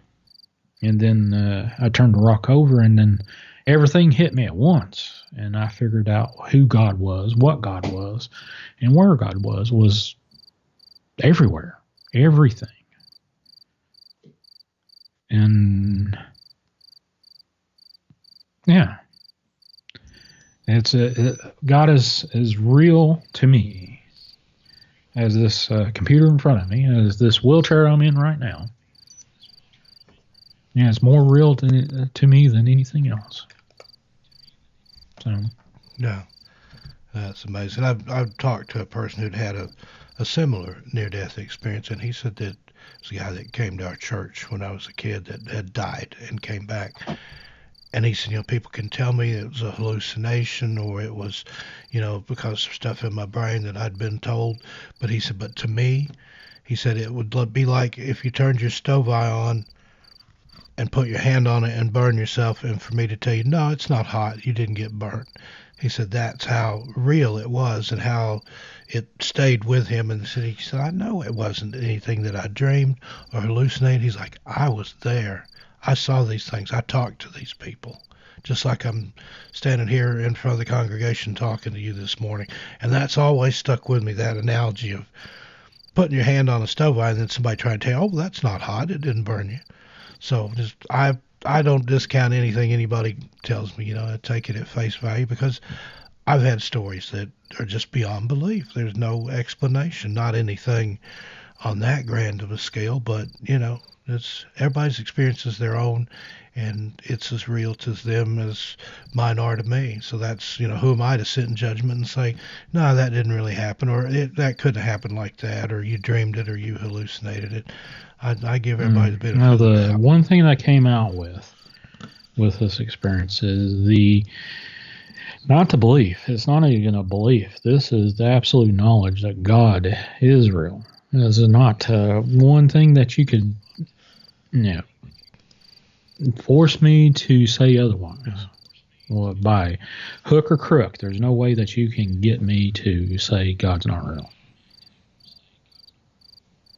Well, that's what a testimony there. That's amazing.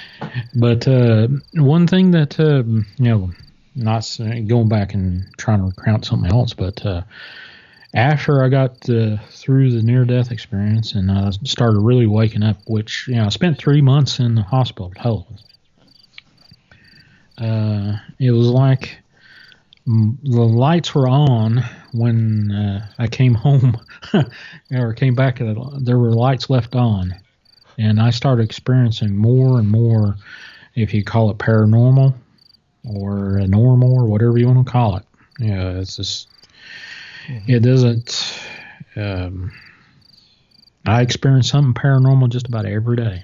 If you want to get down to the nitty gritty, it's just so much stuff that I didn't experience before. I did experience seeing ghosts every once in a while, like the shadow person people stuff, but now I can. If I do start telling everything that I've experienced, it'll sound like I've had a mental break, and I know crazy. The feeling, and yours has got to be times 10 what I've ever felt. So I can't say. I can say that there's a lot of stuff that I've experienced that I can prove with other people. That I can remote view. I can remote view to a certain extent. Can't say I can do it now, but I have done it before. So I don't know if I can repeat that. Who knows? I don't know. But it's opened my eyes. It's like somebody just turned the light on in the middle of a dark room. That's amazing. But that's one of the reasons I'm here to. The other thing that once I woke up from the near-death experience and I started researching all this stuff to see exactly what's going on in this world, and I guess haphazardly find the 8 people that I argued in front of God to come back to. Obviously, the one thing I didn't tell in this story, I may have told you this story before in other programs, but once I got to the point where I had completed my argument with God, and God always just said, all you have to do is just wait a moment, and they'll be here, and everything will be fine, Shawn. And I just sort of just quieted down and said, no, I've got to go back. And then, I made that decision. I've got to go back without a shadow of a doubt. And this was the first time I heard a voice. And it said, out of my left ear, Shawn, this is going to hurt. And after that, feeling just no pain, no anything. Everything was just fine and dandy. Felt like I was falling for, I don't know, days on end. And as I was falling, it was getting colder. And I started feeling pain, and then all of a sudden I hit water, and it was like I was in the middle of a dark cavern with about knee-deep amount of water, but with no light to be able to see anything. I could hear myself breathing, and obviously I wasn't where I was, but I did fall for a very long time. And then I couldn't tell you how long it passed. I heard something else fall in the water with me in the middle of this, I guess, cavern maybe.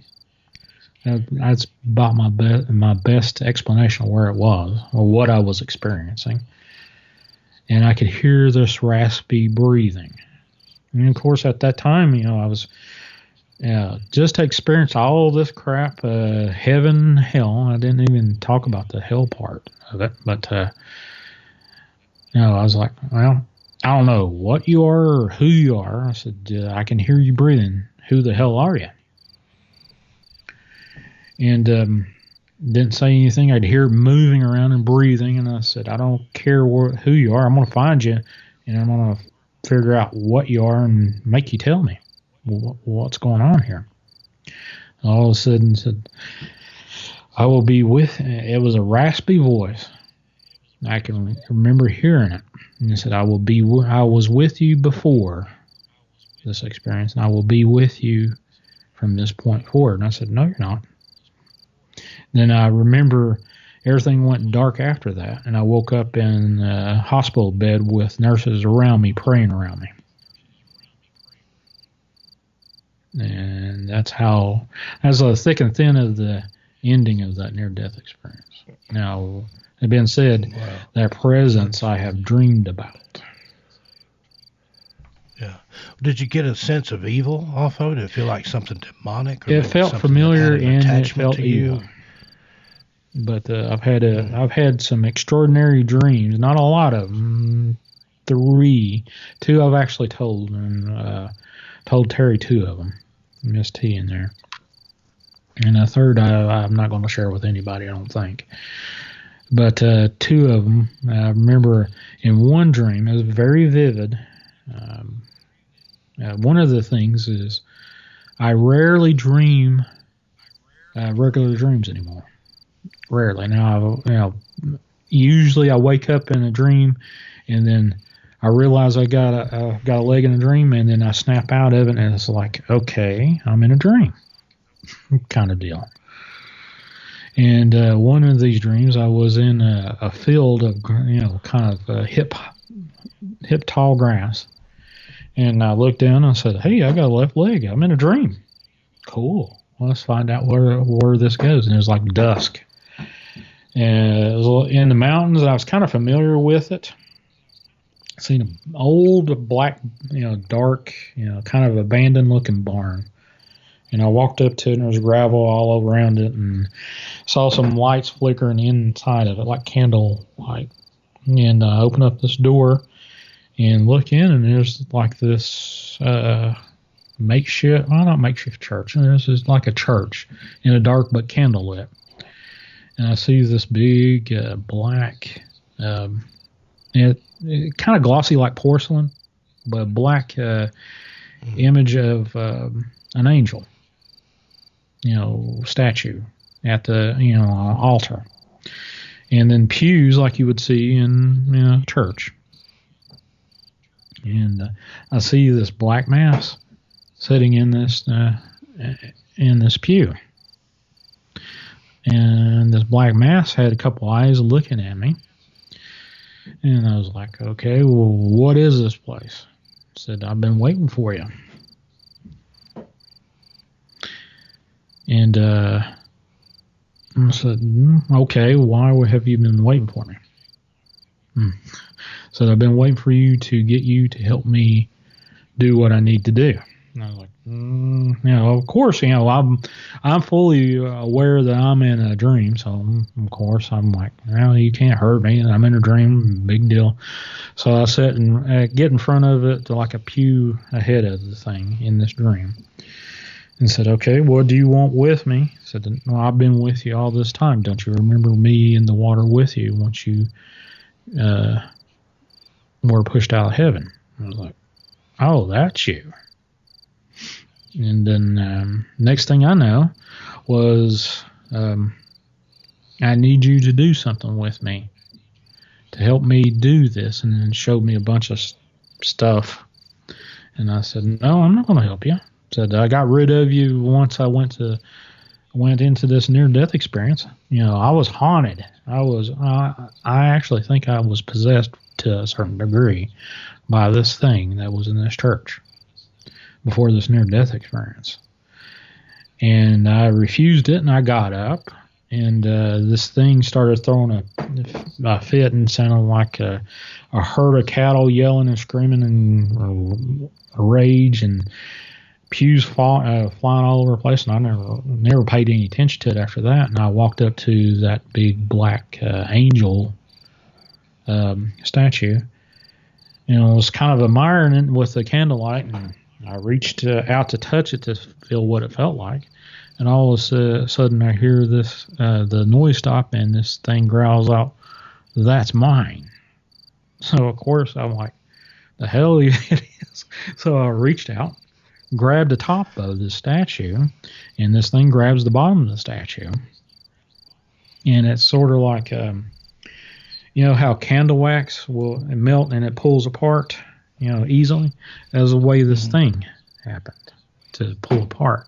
So I grab it, and this thing is grabbing it and cursing and whatnot. And I walk outside, and actually, this is the funny part. I was wearing a pair of cowboy boots that I honestly don't know where they are at the time, but one of the nicest pair of boots I ever had in my entire life.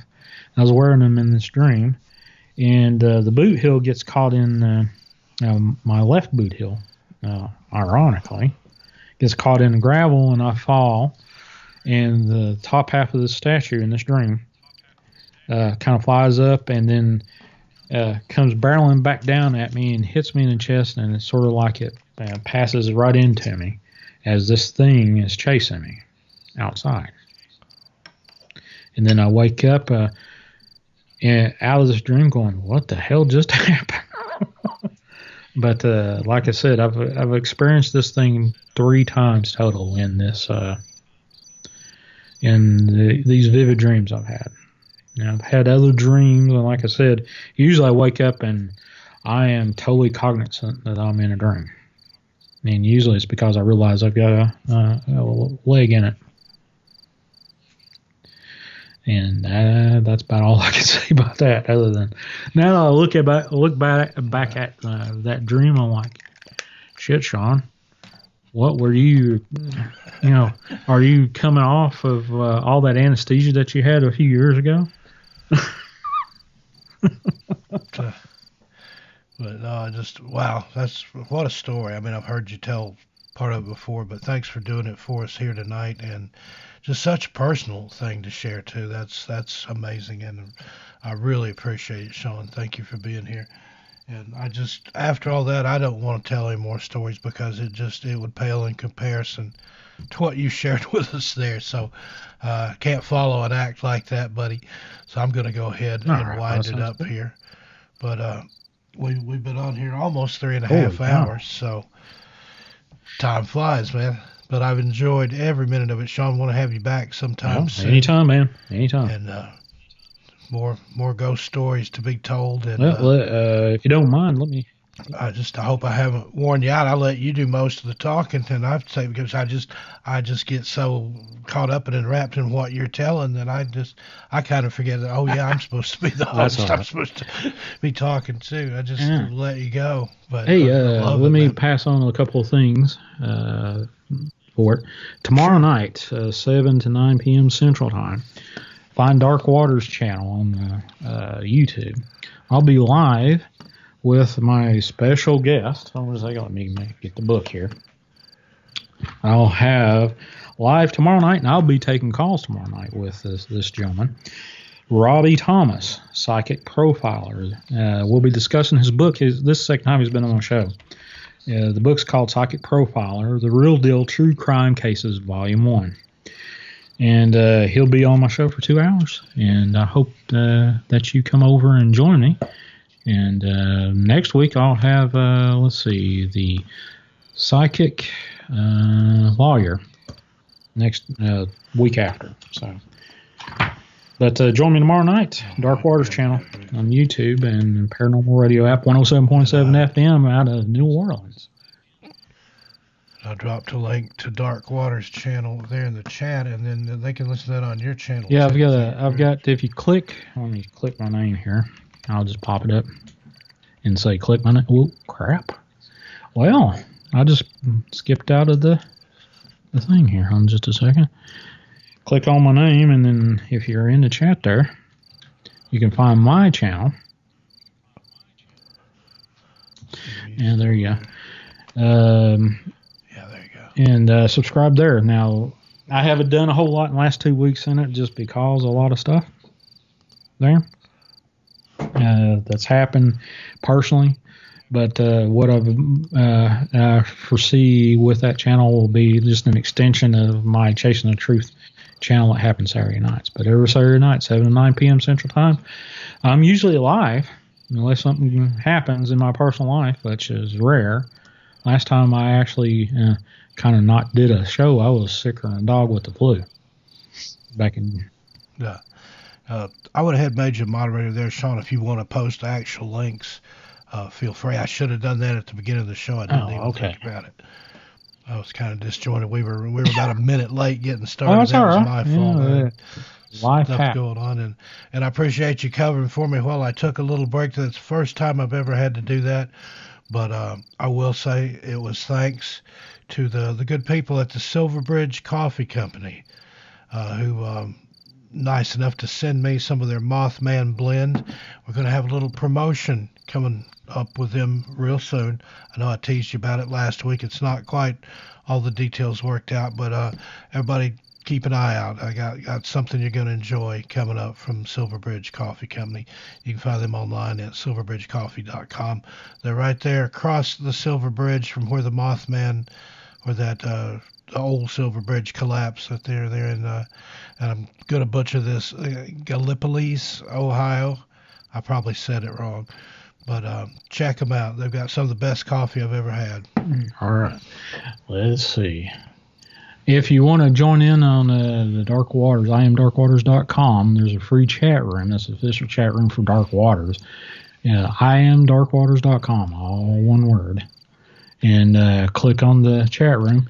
Join up there. You can listen to me and chat with me live, or if you want to do the YouTube thing, look for Dark Waters channel on YouTube. And it actually has a current link for tomorrow night's live show.